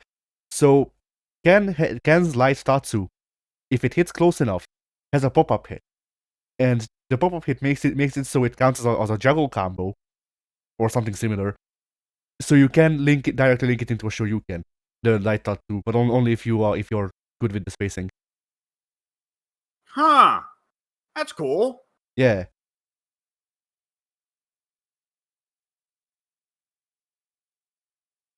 And yeah, what was I gonna say? I don't know. Continue. I think I've pretty well said everything off the top of my head what I really like Takuma for. The truth be told, it's not something I can immediately recall the memory since I largely don't touch him. Yeah, because I touch him. You touch him deeply and sensuously. Yeah. Look, he went shirtless for a reason. Yeah. It's. hang on. That doesn't sound right. That almost sounds like victim blaming. Quick, throw it in reverse. Turn around. We're entering Mike territory.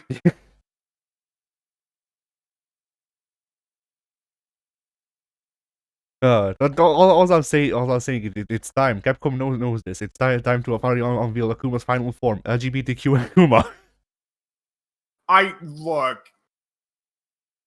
I'm gonna be real here. I'm memeing. No. Hang on, motherfucker. I'm gonna be real here.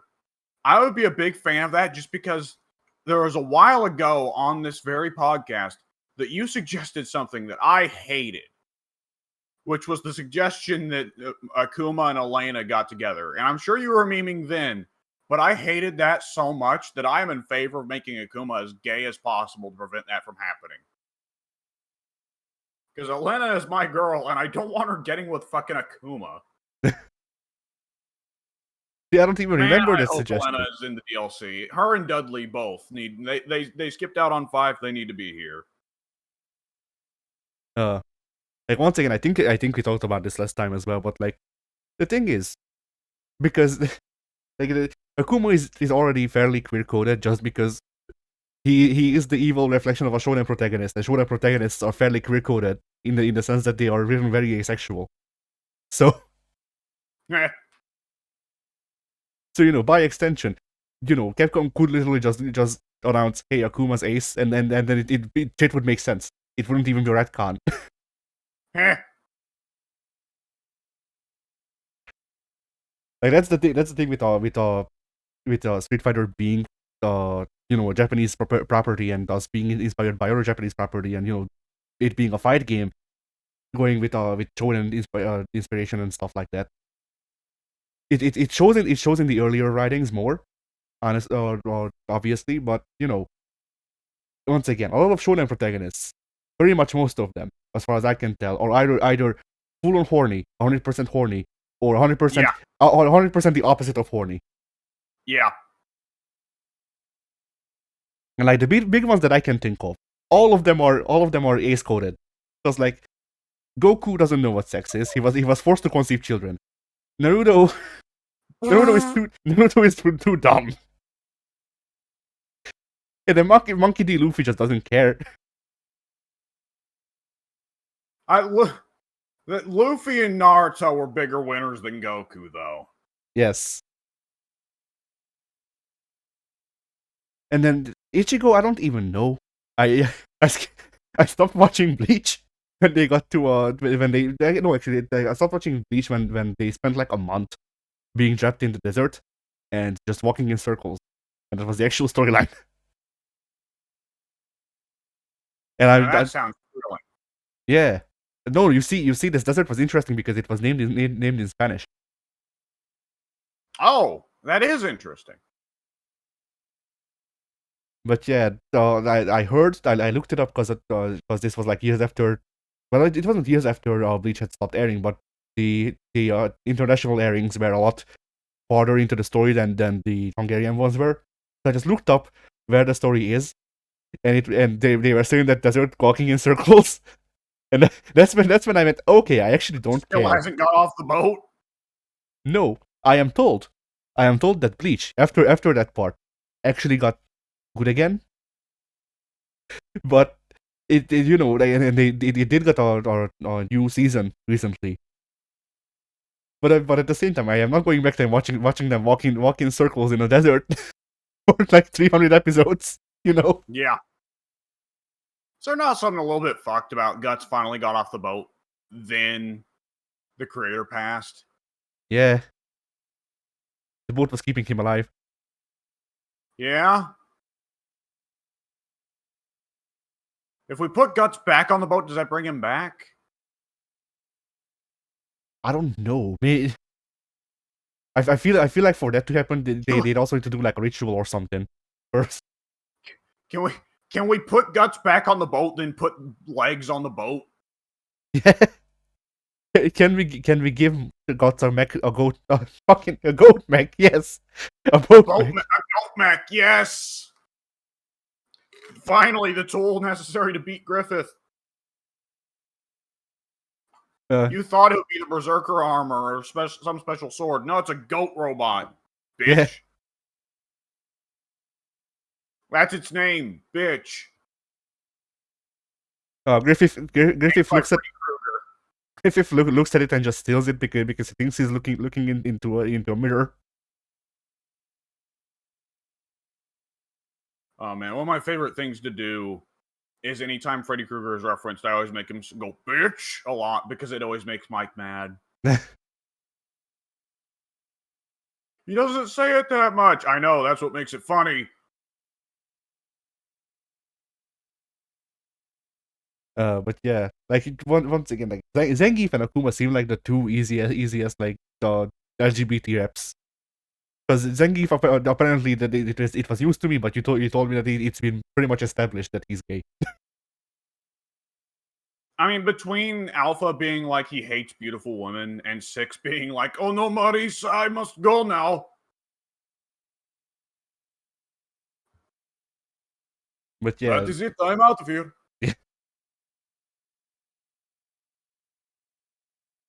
and then like Akuma and Ryu are once again like very ace coded just by virtue of being shonen protagonist, by virtue of Ryu being shonen protagonist and Akuma being evil shonen protagonist. Meh.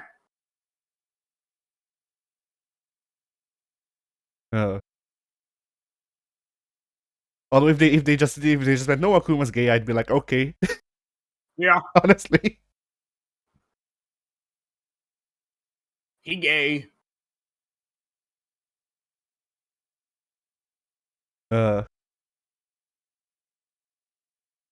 Akuma is power sexual. yes.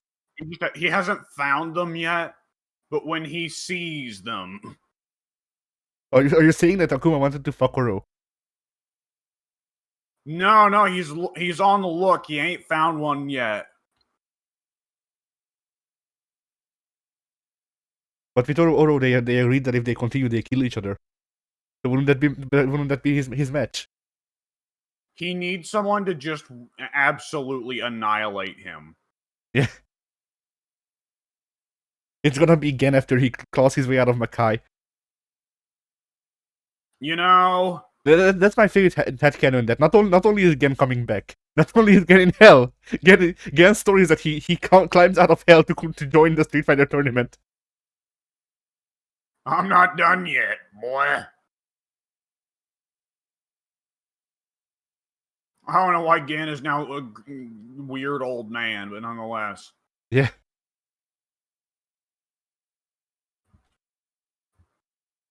So yeah, I think that's all of the news. Oh. As far as I'm aware. I mean, we talked about Aki. MK, Street Fighter, Tekken. Okay, yeah, I think we hit everything. There were supposed to be news of Nickelodeon All-Star Brawl 2, but I haven't heard of them. If they actually got broadcasted. I mean, we didn't hit Nickelodeon All-Star Battle 2 at all, which was a pretty big announcement. Yeah, it's getting a sequel. Yeah, and it looks pretty good. It definitely looks like a big improvement over the previous one. I mean, the previous one, had promise, but it was a little bit jank. I mean, it features everyone's favorite character, Jimmy Neutron. What'd you call me?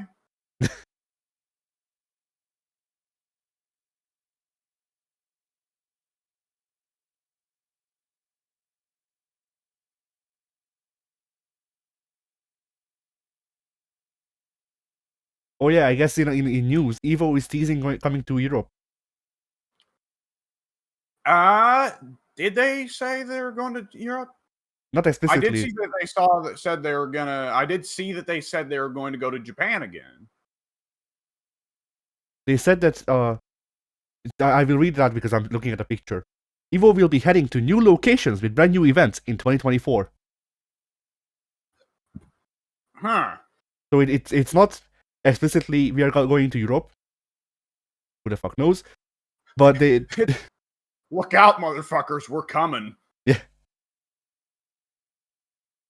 But it's a good guess to say that they might be coming to Europe. Words. Yeah.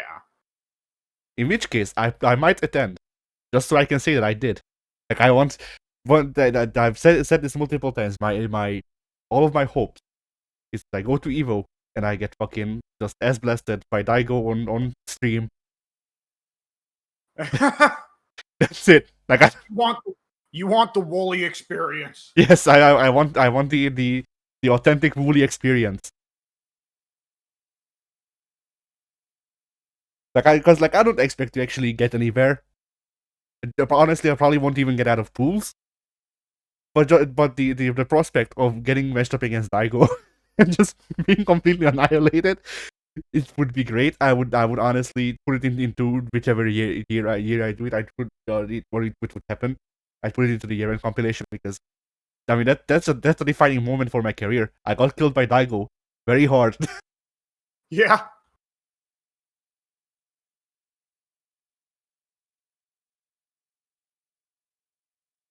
Uh, Oh boy. but yeah. Oh yeah. We didn't talk about this. Guilty Gear Strive. Jonathan. Oh yeah, Johnny and new moves. Yes, I watched Johnny's trailer 4 times. I actually did not watch it once because I just wasn't interested. I went in going well. I don't know who the last one I watched. No, I think I watched every character thing for Strive, even though I had like next to no interest in Strive. But yeah, Johnny, I went in going, okay, what horrors beyond my imagination await me? And I watched it, and I kind of want to get Strive now. Johnny looks good. So Johnny's one of Izuatari's favorites that was able to survive the fucking purge. Yes, Okay. definitely. So Johnny lost Bakusai, which was good at high level play. I never used it. Yeah, a big Oki tool. Yeah. Johnny also lost coins. Bit of a harder. That is a big change. Yeah, a bit of a harder thing, but one that I'm fine with, because honestly, less mental stack. That's it. That's why I'm fine with this. Less mental stack. Yeah, that's the entire reason they got rid of it. Clearly. Yeah. Not only that, but they gave him a new mechanic: cards. He can put cards. Out, yes, he can put out a card that explodes. Behind. Oh, he's Gambit. Yeah, he's Gambit now. He can put out a card into the air behind an enemy that explodes. To set play tool, I guess. In Zweihander, before the second hit, he throws down a card on the ground, so it hits twice. Zweihander does. Yeah. I don't know if he has a high card. If not, then whatever. Like there's this, the cards seem to have replaced the coins for the most part. Not directly, but they seem fairly okay. Like they seem like a good exchange to me. Motherfucker. What? Nothing. Ignore I said it. All right. So yeah, Mistfinder works the same, as far as I can tell. Zweihander works mostly the same, as far as I can tell. He has his old special deck. I don't know if it was a special or a super where he throws out a bottle and cuts it in midair to have like an arc around him. But he has that back. I have no idea what you're talking about. I don't remember there ever being anything with Johnny in a bottle. I mean, Zweihander is a bottle. So Zweihander has fire already because he slices a bottle in half. But I have never noticed that.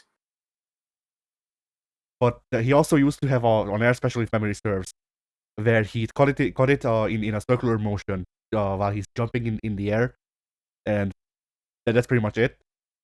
I don't think he had it in Exert. He does have it here, and I think he had it in XX. Now, those being true, seems to suggest to me that Air Mist Finders are gone. I like this Air Mist Finders, but fine, I can live with that.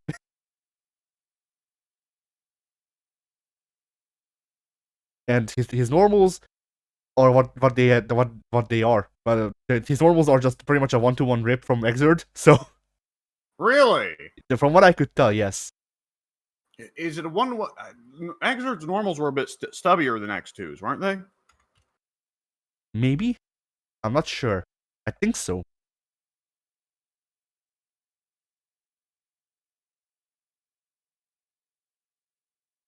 So yeah, Johnny.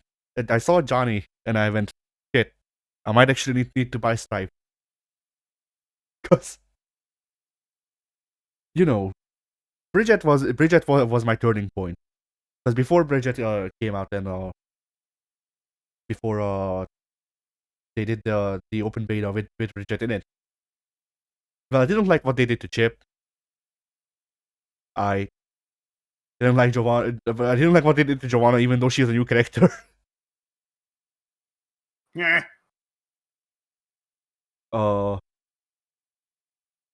Who else did I try? Really play. I think that's it.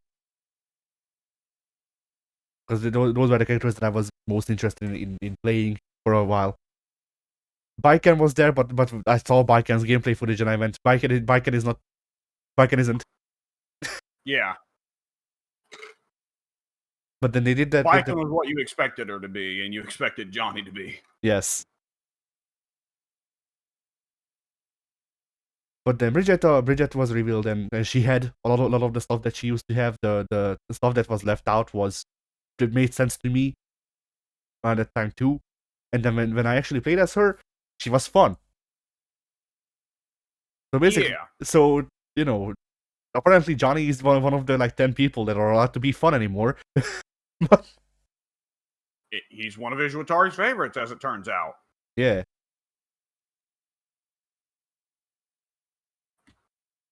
So yeah, I don't know if I will I won't rush into buying stuff because I don't expect to be able to play with anyone, but I have more than zero reason to buy Strive now, so that's a start.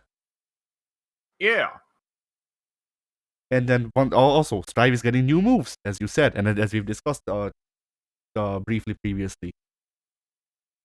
They only showed 2, right? Yes, I believe they've only showed 2. I don't remember what they were because I'm gonna be honest. When I watched that video, I was still too high up on. Wow, Johnny actually looks good. So the 2 moves they said.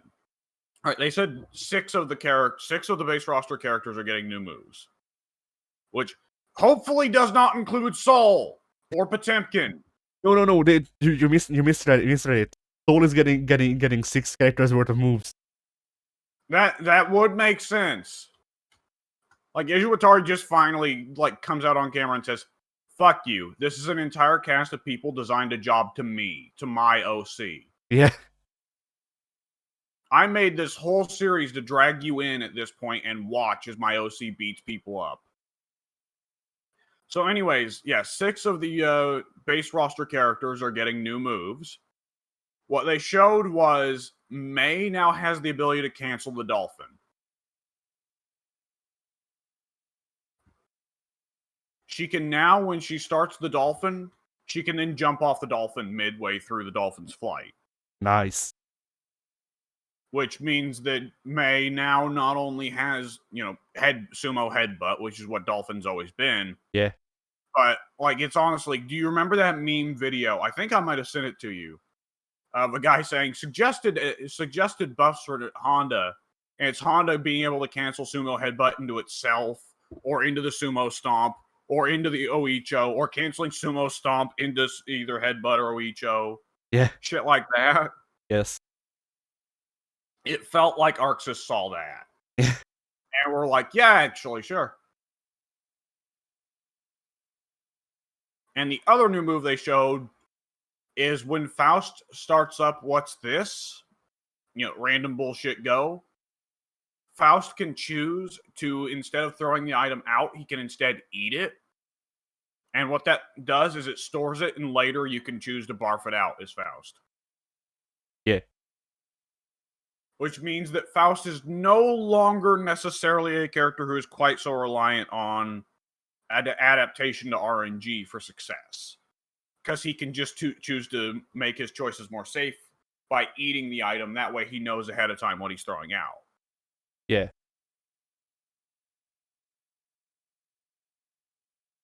So those are both interesting changes. They're not massive, but they're both interesting changes. Yeah. I'm hoping we'll get to see more of them as the update patch gets closer. Because it seems like Strive is finally getting around to the point where it might start to get interesting to us. As in, oh yeah, we need to give characters movesets so people have shit to use during a match. Inconceivable.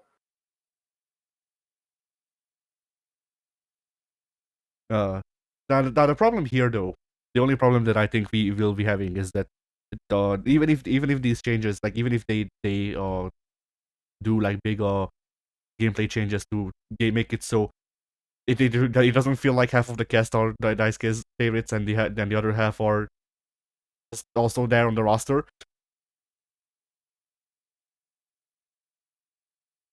The biggest problem with the changes with that stuff is that we won't be able to tell, because there probably won't be any more like network tests or shit like that where we can get in real quick to just test the game out.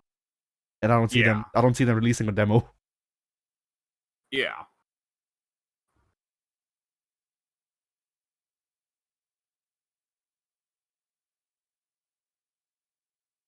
Uh, what was I going to say? Son of a bitch, I had something I was going to say. Oh, and it's completely slipped my mind. Oh no, I'm losing it. I'm losing it.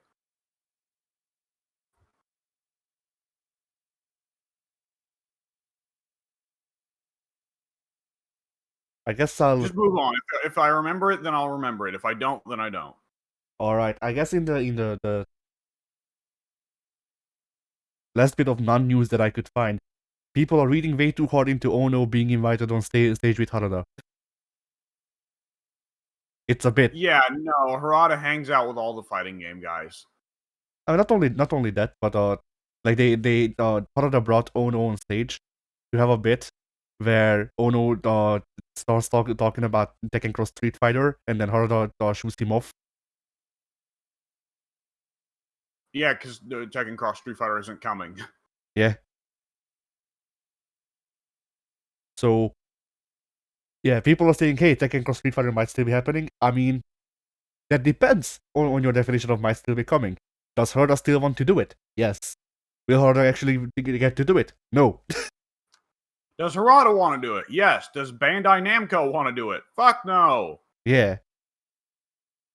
Why should they? Tekken 8's coming out, and I have no reason to purchase Tekken 8 if Tekken Cross Street Fighter's coming out. Yeah.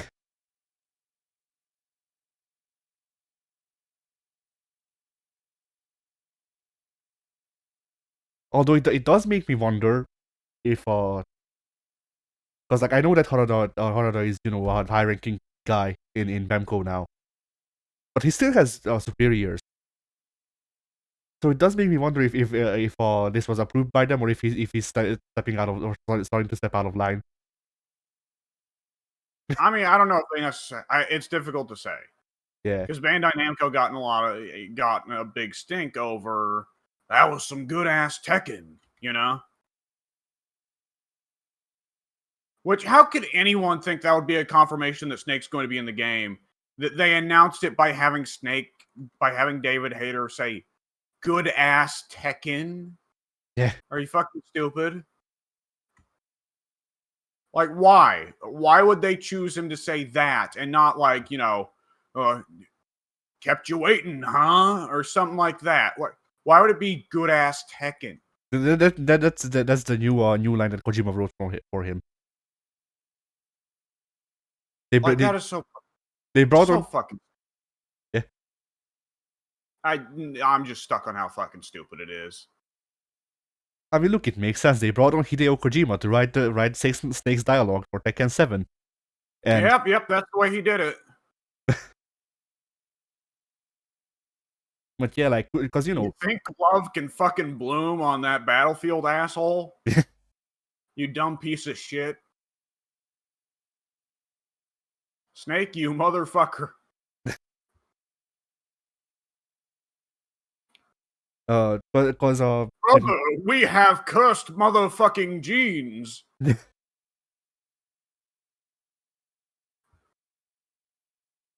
That's for the Twin Snakes release, or whichever one it Twin was. Snakes. That's a combo deal at Texas Roadhouse.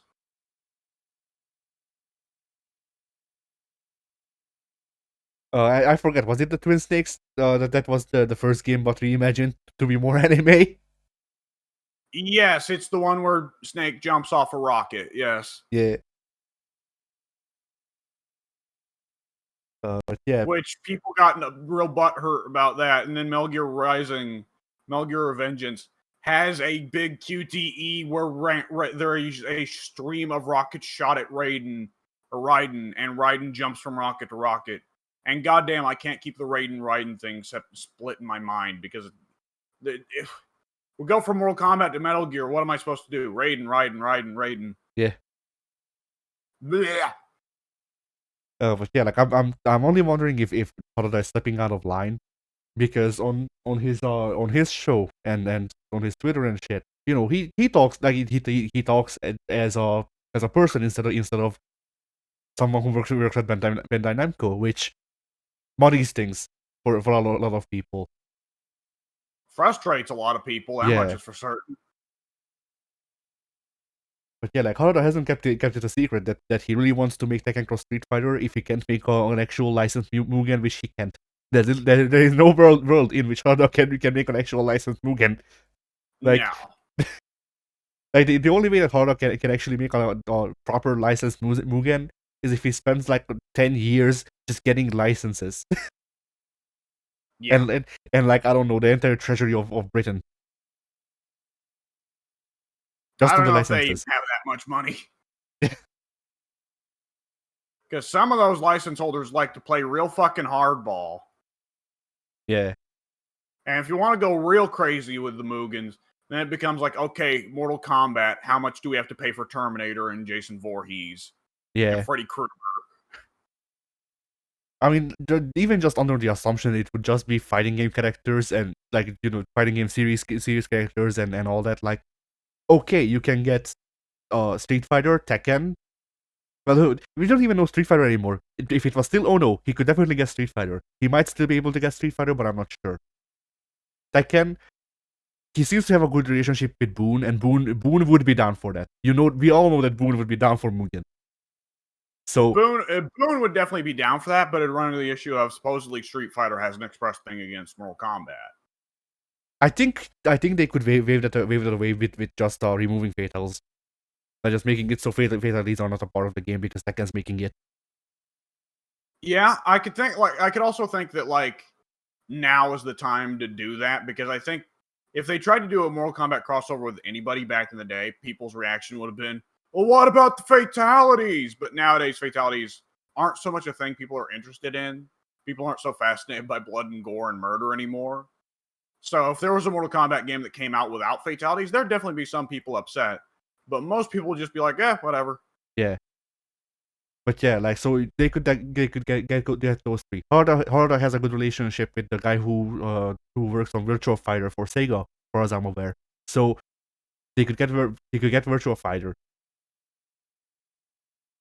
Bandai Namco has a working relationship with Arc Sys. So that's another like 2 series if you want to add both BlazBlue and Guilty Gear. Yeah.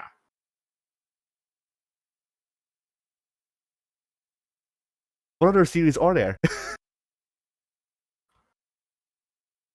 Because I mean, there's a shitload of fighting game franchises out there, but in terms of stuff that's relevant and would be interesting to see in a big crossover of all the All-Stars. I mean, I'm just trying to think of the major stuff. Because like I don't imagine that he'd want to make a Mugen that is literally every fighting game series ever released. Okay, well then repeat your answers and let's go over them. Street Fighter, MK, Tekken. Guilty Gear. Guilty Gear. Oh, that's an interesting question, right? Because the SF, MK, and Tekken characters, there'd be a little bit of oddity, especially because so many of the Tekken dudes don't have powers. But like the SF and MK characters, there'd be visual contrast, but in terms of power levels, it works out. Guilty Gear, though, like the Guilty Gear characters are all so way fucking beyond any of the characters of Street Fighter, Mortal Kombat, or Tekken's level. Yeah. Yeah. Not just in terms of like lore, but also in terms of gameplay. BlazBlue, I don't know if he'd even bother with BlazBlue, but whatever. If you're gonna get Guilty Gear and BlazBlue pretty well should exist in their own crossover dimension, right? Yeah. Because that was always the thing with BlazBlue Cross Tag Battle was, why is Persona the one? Why is BlazBlue crossing over with Persona and Under Night and Melty and this and that and another, but it's not crossing over with Guilty Gear, which is the crossover everybody wanted for BlazBlue. Yeah. And then I also said Virtua Fighter. Virtua Fighter, oh, that's also a good question, right? I mean, so much of this is also like, by all means, Mortal Kombat's been in 3D before. And we've seen that they have an idea of what they want Street Fighter characters to look like in 3D because there's Akuma, right? Yeah. But, like, for one thing, how the hell would most Guilty Gear characters look in 3D? Conversely, like, again, Virtual Fighter characters are even simpler than Tekken. There's Dural, she's kind of fantastical, but other than that, everyone on the Virtual Fighter roster is just a martial artist. Yeah. But like or a guy that eats sharks. Yeah. But like I'm not even thinking about like power levels and shit. How hard would it be for them to get the licenses and money together for this? And honestly, I think the thing that's stopping it is money, because all of these things, either Bandai Namco or Harada personally has ties. Money would definitely be a part of the problem. Part of it would also just be a lot of these license holders wouldn't want to be in connection with the others. I mean, I feel like the big problem there would just be Mortal Kombat, because I don't see Street Fighter and Guilty Gear not getting along, you know? Mortal Kombat is definitely a big part of the problem there. A lot of those would not want to touch Mortal Kombat. Because a lot of those are Japanese franchises from Japanese companies that generally try to maintain a certain image that Mortal Kombat, being all blood and gore and guts and whatever, goes against. Yeah. Oh yeah. We forgot one big IP that could also be included fairly easily, because either Harada or Bandai Namco also still has ties. I'm fairly certain. Dong Dong? SNK, KOF. Well, yes, KOF. Like, to my mind, like, it would almost be like a split of, like, I feel like there would be the big 3D fighter crossover, which would be Tekken, Soul Calibur, Virtua Fighter, I don't know, Dead or Alive, which we've already got a Virtua Fighter Dead or Alive crossover. Bloody Roar. Bloody Roar. Yeah, Bloody Roar too, if they don't forget that it exists. But, like, then I feel like you'd almost then want a separate 2D crossover, right? Of Street Fighter, MK, KOF, and then the anime crossover of Guilty Gear, Blaze Blue, whatever other anime games you can pull up, right? Yeah. But with some of them, it's just such fierce stylistic clash of, like, Mugen, by all means, Mugen, who gives a fuck, Mugen is funny. But if Soul is on the opposite side of the screen from Ryu, it's funny to us because we're big fans of both franchises.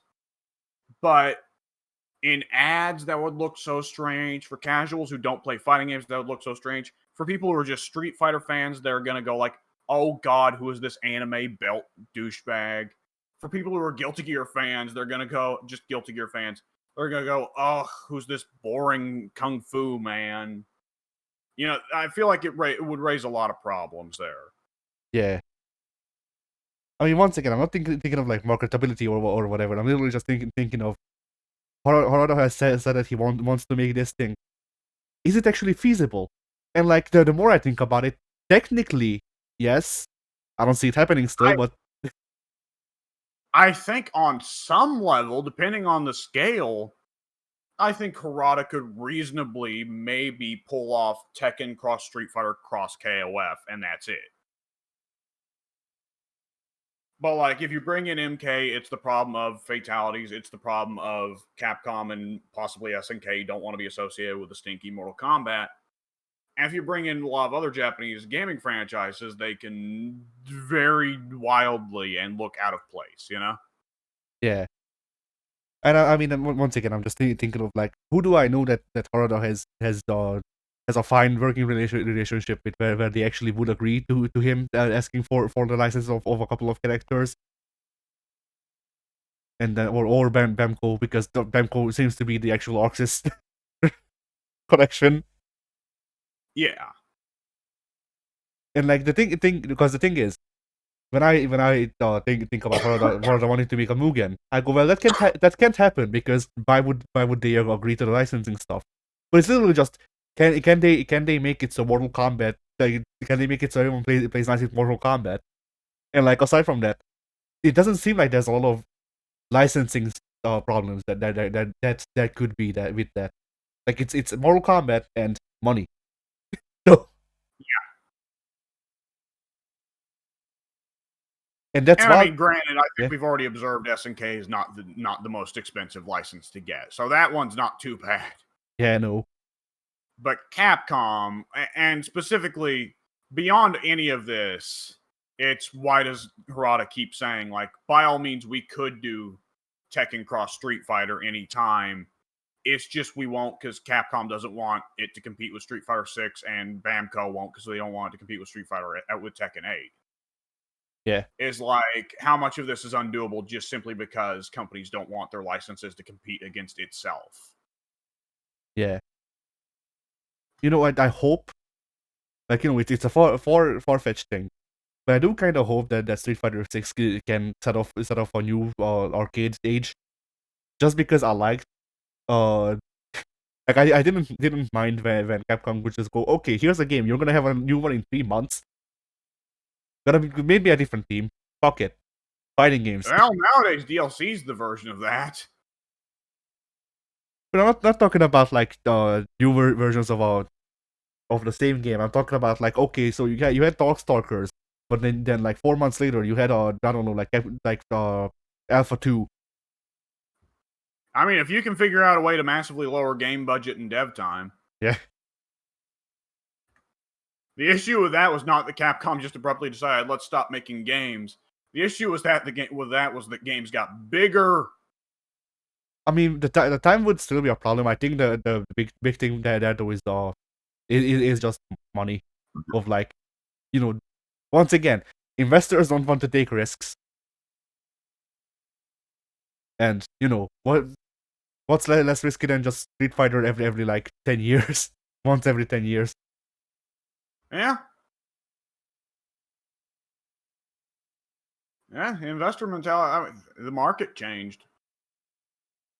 Yeah. But that's why I'm saying I wish that Street Fighter 6 kickstarted on the age where they actually could go, okay, just here, have this fucking money and just make game. You know? Yeah, it's just it has to get cheaper, you know? I mean, Shit ain't cheap. yeah. I mean, I know that, but like, you know, if money is rolling anyway, then it being cheaper or not wouldn't make a difference, would it? If money is what? If money is rolling, if Street Fighter 6 kickstarts another thing where everyone like that the whole genre gets picked up again.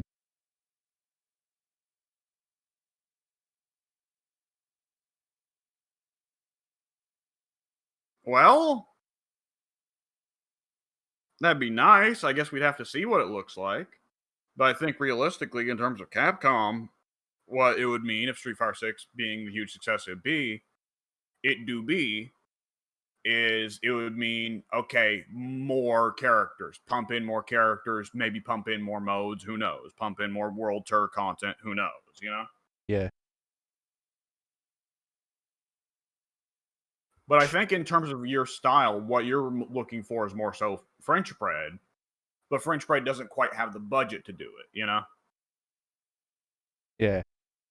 I mean, it's not even that. Like, I just want like variety, you know. Sometimes I don't want to play Street Fighter. Sometimes I want to play Darkstalkers, and like Darkstalkers exists, I know. It's also not easily available on like, you know, most stuff. I guess there's the collection, but like, yeah, Yeah. like once again we come back to this. Old content isn't the same as new content. Sometimes I've seen old content and I want new content that's similar to old content but not the same. Heh.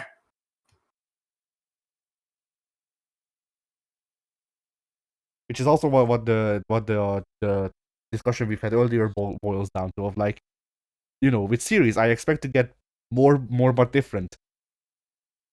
You know, changed in not a major way, but enough to make it not literally just be the same game that I've played previously.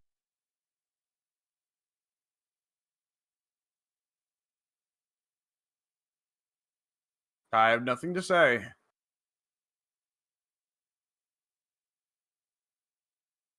I'm checking the news. The news? Yes. It cannot be.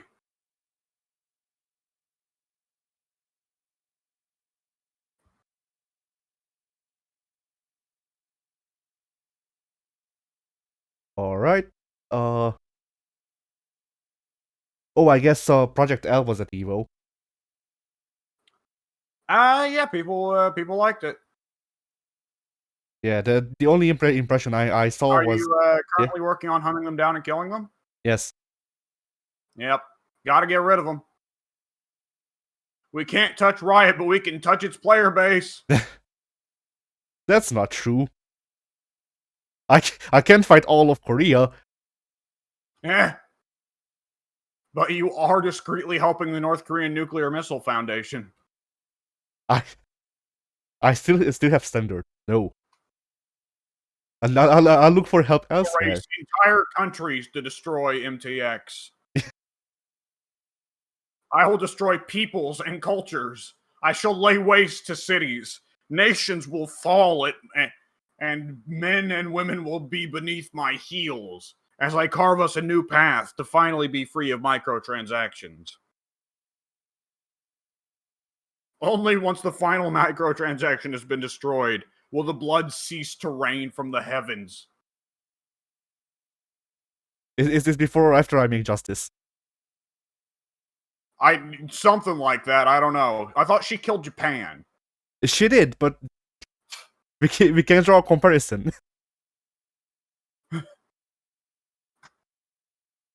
Oh boy.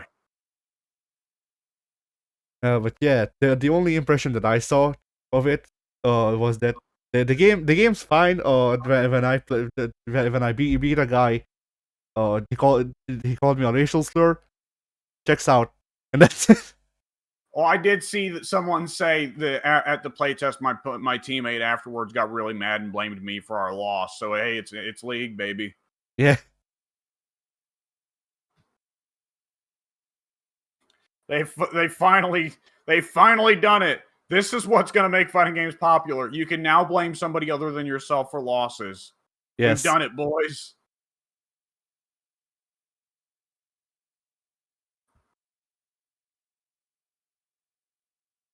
Turns out it was really just that simple. Yeah, just add attack mode. It'll work out. Just add built-in scrub. Yeah.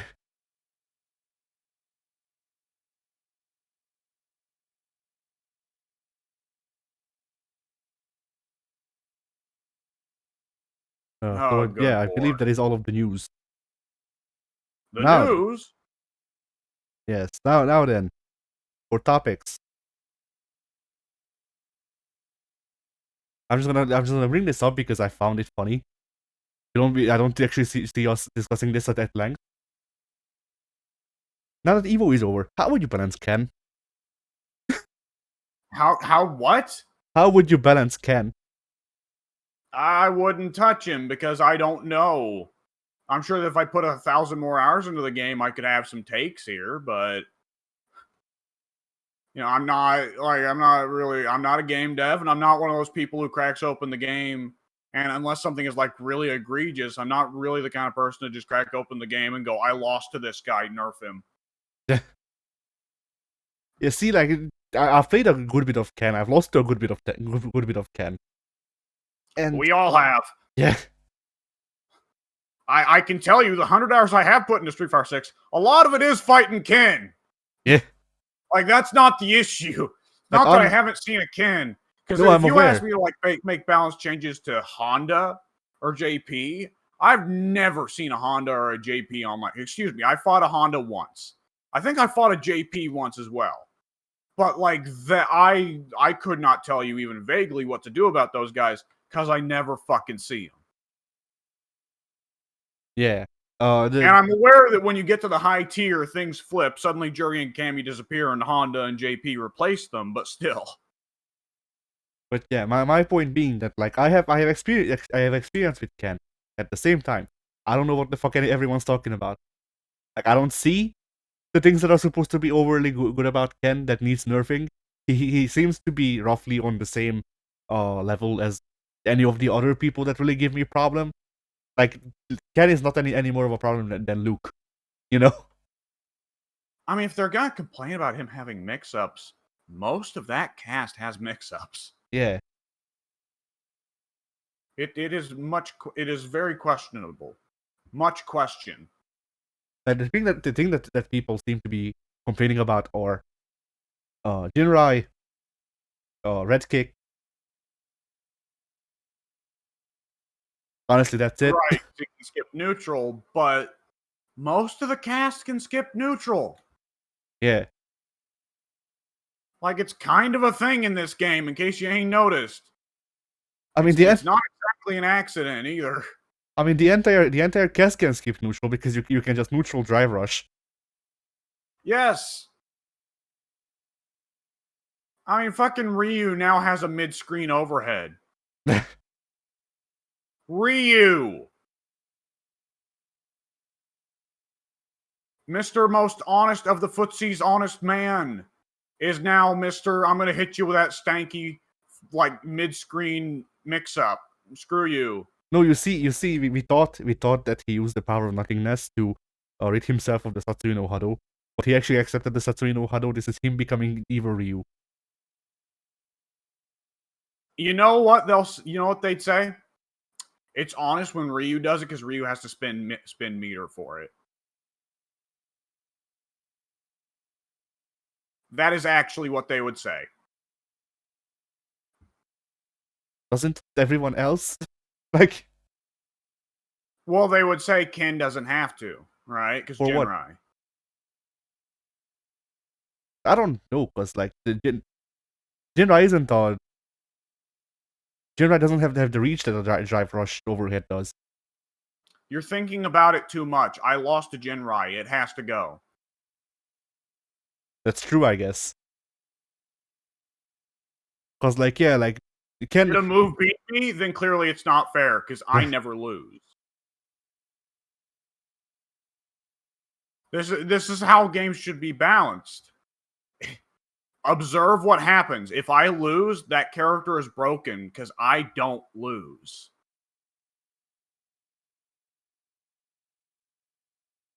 It's really just that simple, people. Yeah, I also saved one, but I can't find it. It was like, but it was, the title was just, you can really tell that this game is balanced, and the body was because I hate fighting everyone, which is that do be how it be for many people, yes. Yeah. But like through time you also get to get to whittle down to who you actually truly loathe. Like a couple of weeks ago, I went online in rank, and I went. I saw that load up into the match. Game faces. It's Luke. I go. He's modern, isn't he? He was modern. Yeah. Wasn't a fun match. Which is a surprise. Like, nowadays I'm more surprised at modern players not being fun, because I have fought a couple of modern players and they actually were fun to play against. And so every time that's not the case, I'm disappointed. It's a bit different fighting someone who has access to instant shore use, isn't it? Yeah. Because it instantly becomes a thing of like, oh, don't jump. By all means, there are definitely players out there who are good enough with their shore use that they will punish you for jumping every time. But it is like very sudden, definitely a very noticeable sudden change when you're going against modern Luke or modern Ryu. And it's like, oh, nope, not jumping. Yeah. Not making that mistake again. I mean, modern Luke is annoying because Luke seems to be the best Shoto in the game overall. Well, that depends on what you want out of him, I guess. Because like Luke won't have the best what should we call it? Best like projectile war. Yeah, he's got a counter projectile, but the fact that it doesn't work at full screen means he's not quite Mr. Zone you out, stay out. Yeah. But at the same time, he can still do projectile wars because he does have EX Sand Blast, which is full screen and can hit twice. So yeah, you know, whatever. If he spins meter. Yeah.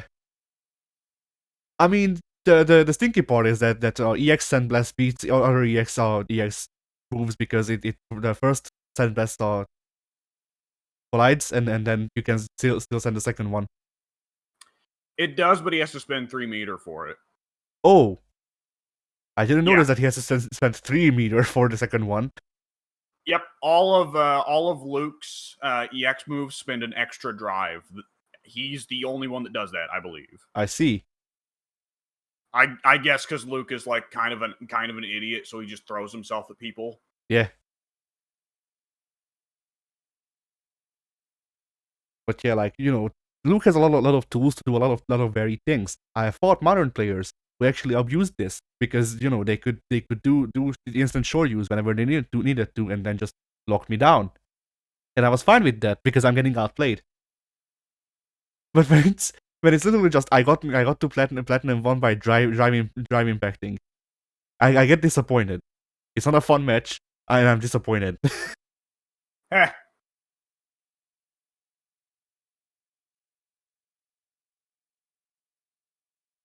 And like once again, like I have fought modern players that were fun to fight against because I could actually tell that they knew what the fuck they were doing. Yeah. But modern, like I don't even know how to put it. But you know, it's basically the same problem which there was with classic, where people start flowcharting really hard. The problem I think well, the problem in quotes with modern is that the flowcharting people get a much higher rank because then their inputs don't fail them or whatever. I don't actually know why that would be. But like I don't see I wouldn't see flowcharts in other games by this point. I don't think. That flowcharting is just actually like really good for when you're low skill level. I mean, I get that, but like, isn't, you know, I guess is just a think of like, how does the ranking system work then? Because Platinum is fairly close to Master. You know, I'll say so as someone who just throws out buttons. You know, it's nice and all, but flowcharting is more effective, really. I guess so. That's a one and doning. Apparently, there's a real big thing with that going on. That and what? One and done in. Yeah, I've noticed that. And I see a lot of people who are like legitimately pro FGC players saying, if you play X character, I'm one and doneing you. And it's like, really? So you're implicitly admitting like I'm cool not getting the practice against this character. He just makes me so mad. I would rather give up the million. Yeah.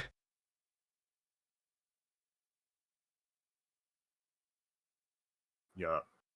Doofus. You dumb fuck. But yeah, like I've said this before, and I probably will say it again. I don't know when, but it probably will happen. But like, you know, my problem with modern seems to just boil down to people flowcharting. But I see modern players still do that a lot later than I have seen classic players so far. You've not fought enough Kens yet. Yeah. No, the only like 3 cans that I've fought. Was it 3? But it was probably more than 3. But like the can matches for me and fall into 2 categories.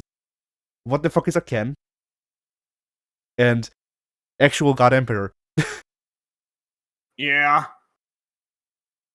Like they're right at the point or whatever. Like they skip right the point where people would be flowcharting with Ken. It's genuinely either this is probably my like first or second time playing a Ken in my life, or I have played Ken for the past 40 years. I was playing against Alex Valle in fucking LA in the early 90s. Yeah.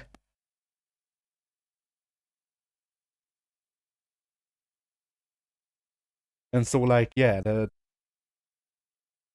The classic players, I don't see flowcharting as much, which maybe I just don't notice it. I don't know because then you have a wider array of shit to flowchart with classic. That's a good question. Yeah.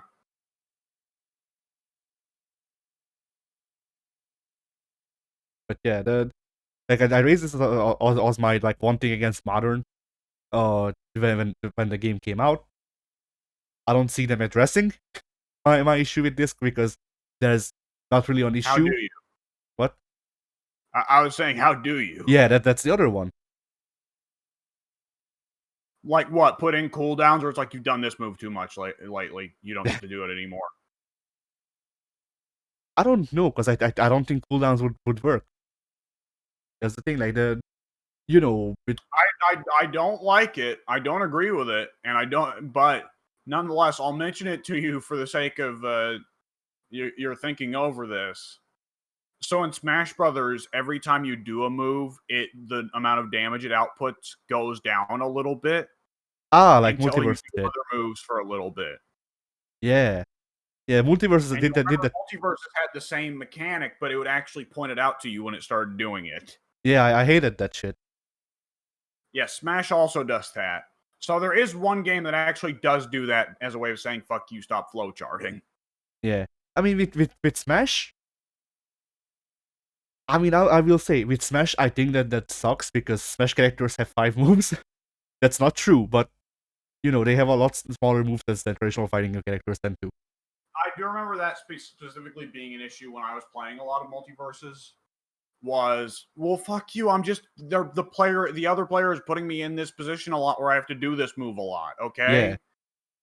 Like I remember my issue with it in Multiverse also being just like, okay, so my character has support ability on side attack and two attacks in down air and up. What moves am I supposed to use to actually attack people then, if I can't use down air or up? Yeah, I do remember that being a thing Multiverses had. Like the idea of a support character was kind of cool. And specifically, more so the idea of playing a support character to fight someone, I thought was cooler.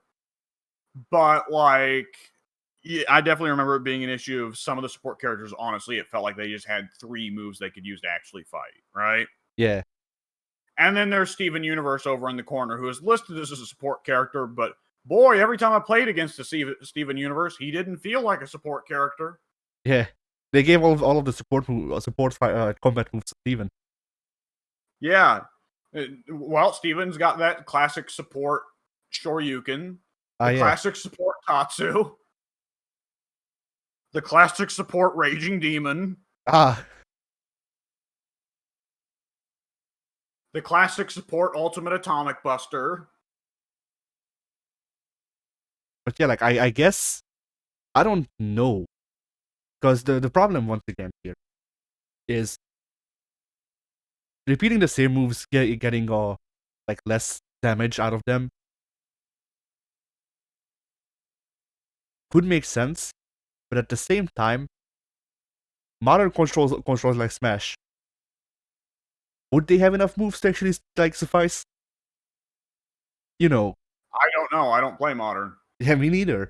I mean, technically they have more moves than Smash because they can switch over to using classic inputs for a couple of moves. But still, like, even with that, okay, so you use a Hadouken. You now can't use a Hadouken because it will deal like 75% damage for the next, like, I don't know, half a second. That's probably still even too much, but like, I don't know, the next 30 frames or something like that. Yeah.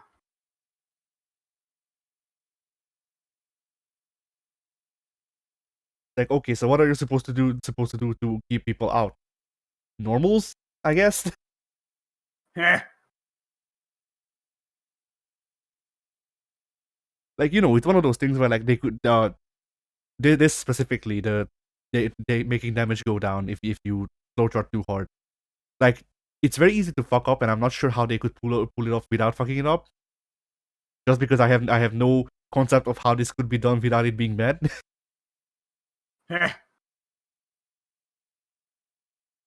But I guess I mean, I think I see it working a lot better than just putting shit on a cooldown, for example. Because on a cooldown, I mean, that's just looking down the like 5 options that they already have. Yeah.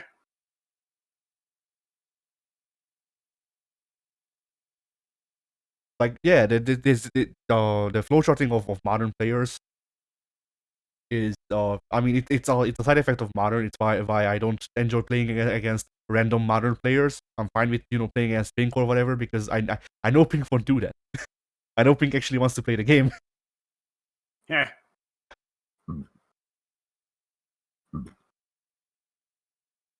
But it does seem like a problem that that I don't know how they can fix because like really what do you do to make it so people are disincentivized from just flowcharting at higher rank with it? I don't know. Yeah.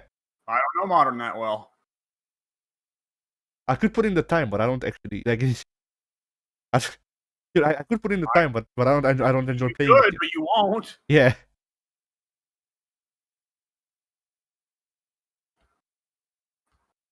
Uh, which Street Fighter character plays like Agumon? That's the question we need answered. Why is this reptile from Mortal Kombat? Why isn't it Reptile from Mortal Kombat? Yeah. Why aren't you Reptile from Mortal Kombat? Idiot. Liu Kang hasn't done his rounds yet. Yeah. You're making him sound like this fucking mailman now.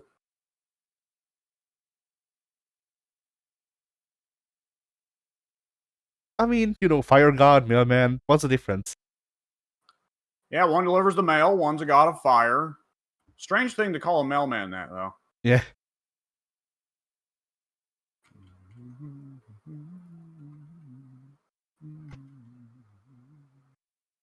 Uh,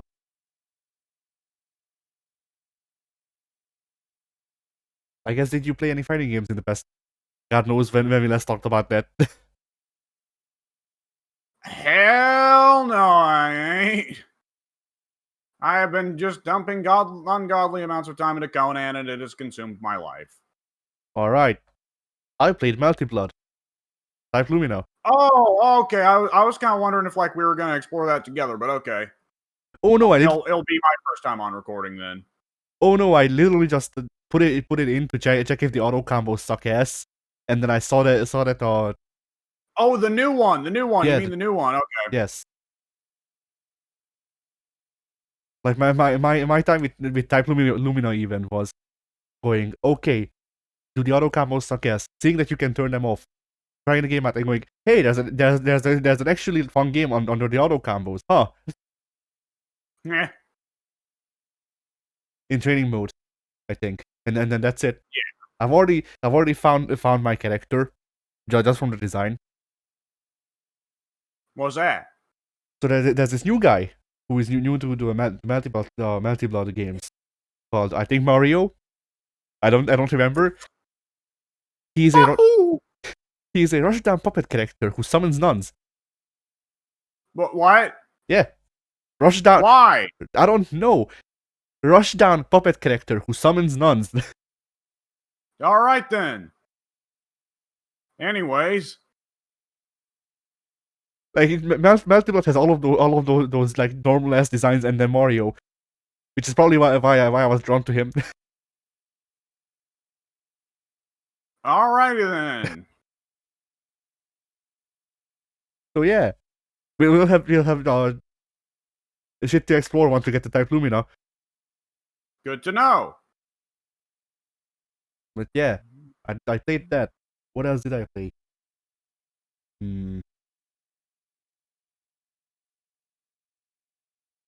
Oh, I tried to join the Street Fighter tournament that was online.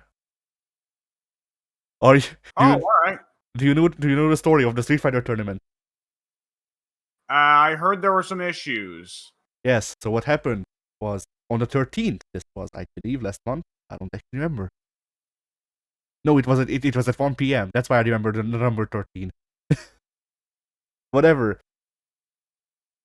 So yeah, there were 3 tournaments that were supposed to be held of every league. So you had tournaments from rookie to bronze, silver to gold, and then platinum to master, or platinum to diamond and master. I think those 3 were in one, something like that. And you had three tournament time slots. You had 1 p.m. my time. You had 9 p.m. my time, and then you had 5 a.m. my time. I went, okay, I'm gonna sign up for the tournament. I'm gonna make a funny video where I don't get out of pools. That was the plan. That was the plan. All right, you have to sign up an hour before the tournament begins. So at 12 p.m. I think I went online into Battle Hub to sign up for the thing. Everyone was crowding around the thing to sign up for it. I tried to sign up. Communication error has occurred. I heard about this, yes. So I go, okay, well, I'll try another one. Maybe you know that one's bugged. Okay, I tried to sign up for the gold one, the silver gold with Jiri. I go, okay, I have Honda. He's platinum. I can try the platinum one. I will get my ass whooped even harder, but still. Okay. Try to sign up for that one. Communication error has occurred. I go, okay. I then try to spam it. I go out. I try to check if it's my connection or if other people are complaining about it in the Battle Hub chat. Other people were complaining about it. People suggest, hey, I got in, just spam it. Okay, I start spamming it. Communication error has occurred. I go, okay, maybe it's the Battle Hub. I'll go to a different one. I leave. I go to a different one. This what the fuck did it say? It was like something like this service is currently unavailable or something like that. Yeah. I go, okay. And then I spent an hour hopping between Europe and America servers, trying to get into any tournament. Now, yeah? Whatever tournament would take you. Yeah. Now, the funny thing is, while I was hopping, some of the tournaments have already begun, in theory. Including the Gold Silver one that I tried to sign up for initially. So, all of these tournaments were supposed to be on their own servers, or, Battle Hub servers, of like, okay, so this tournament will be hosted on 0006 and whatever. Alright, tournament is supposed to be up. I look at the server browser. 0006 is down. The server died. I see. Okay, I jump around even more. I see people talk about how the servers went down. And apparently, the people who were able to sign up for the tournament, when they looked at the best tournaments thing, it said that the tournament had already concluded. This was 1 minute after the tournament was scheduled to start. So, in other words, Capcom did not expect tournaments to actually have people sign up for them, at least not this many. Apparently not. But the weirder part is that apparently this was the second time that this happened, because during the closed beta, this also happened there. Oh. Well, that's nice. Yeah. So, yeah, I wasn't able to get my ass beaten in a tournament. What a pity. Yeah. I mean, I just wanted a funny video out of it, man. Yeah. And instead I got an hour of communication errors. Ugh. Like, after a while, I was like, okay, is Jury just cursed? And then I tried to sign up with, like, Ryu. Because if you don't let in Ryu, who do you let in? Eh. But no dice. An honest character like JP. Yeah. An honest character like Modern Zangief. Eh. What do you mean one button level 3? Like, instant grab isn't fine? It may not be fine, but it is cool.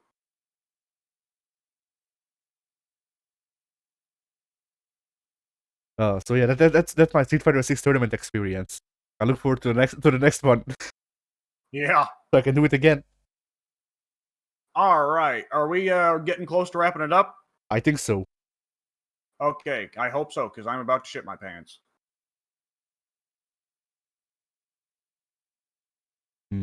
I think that's all I've done. So yeah, I think we can call it there. All right. Fighting games were hopefully not shitting themselves. Yeah, fighting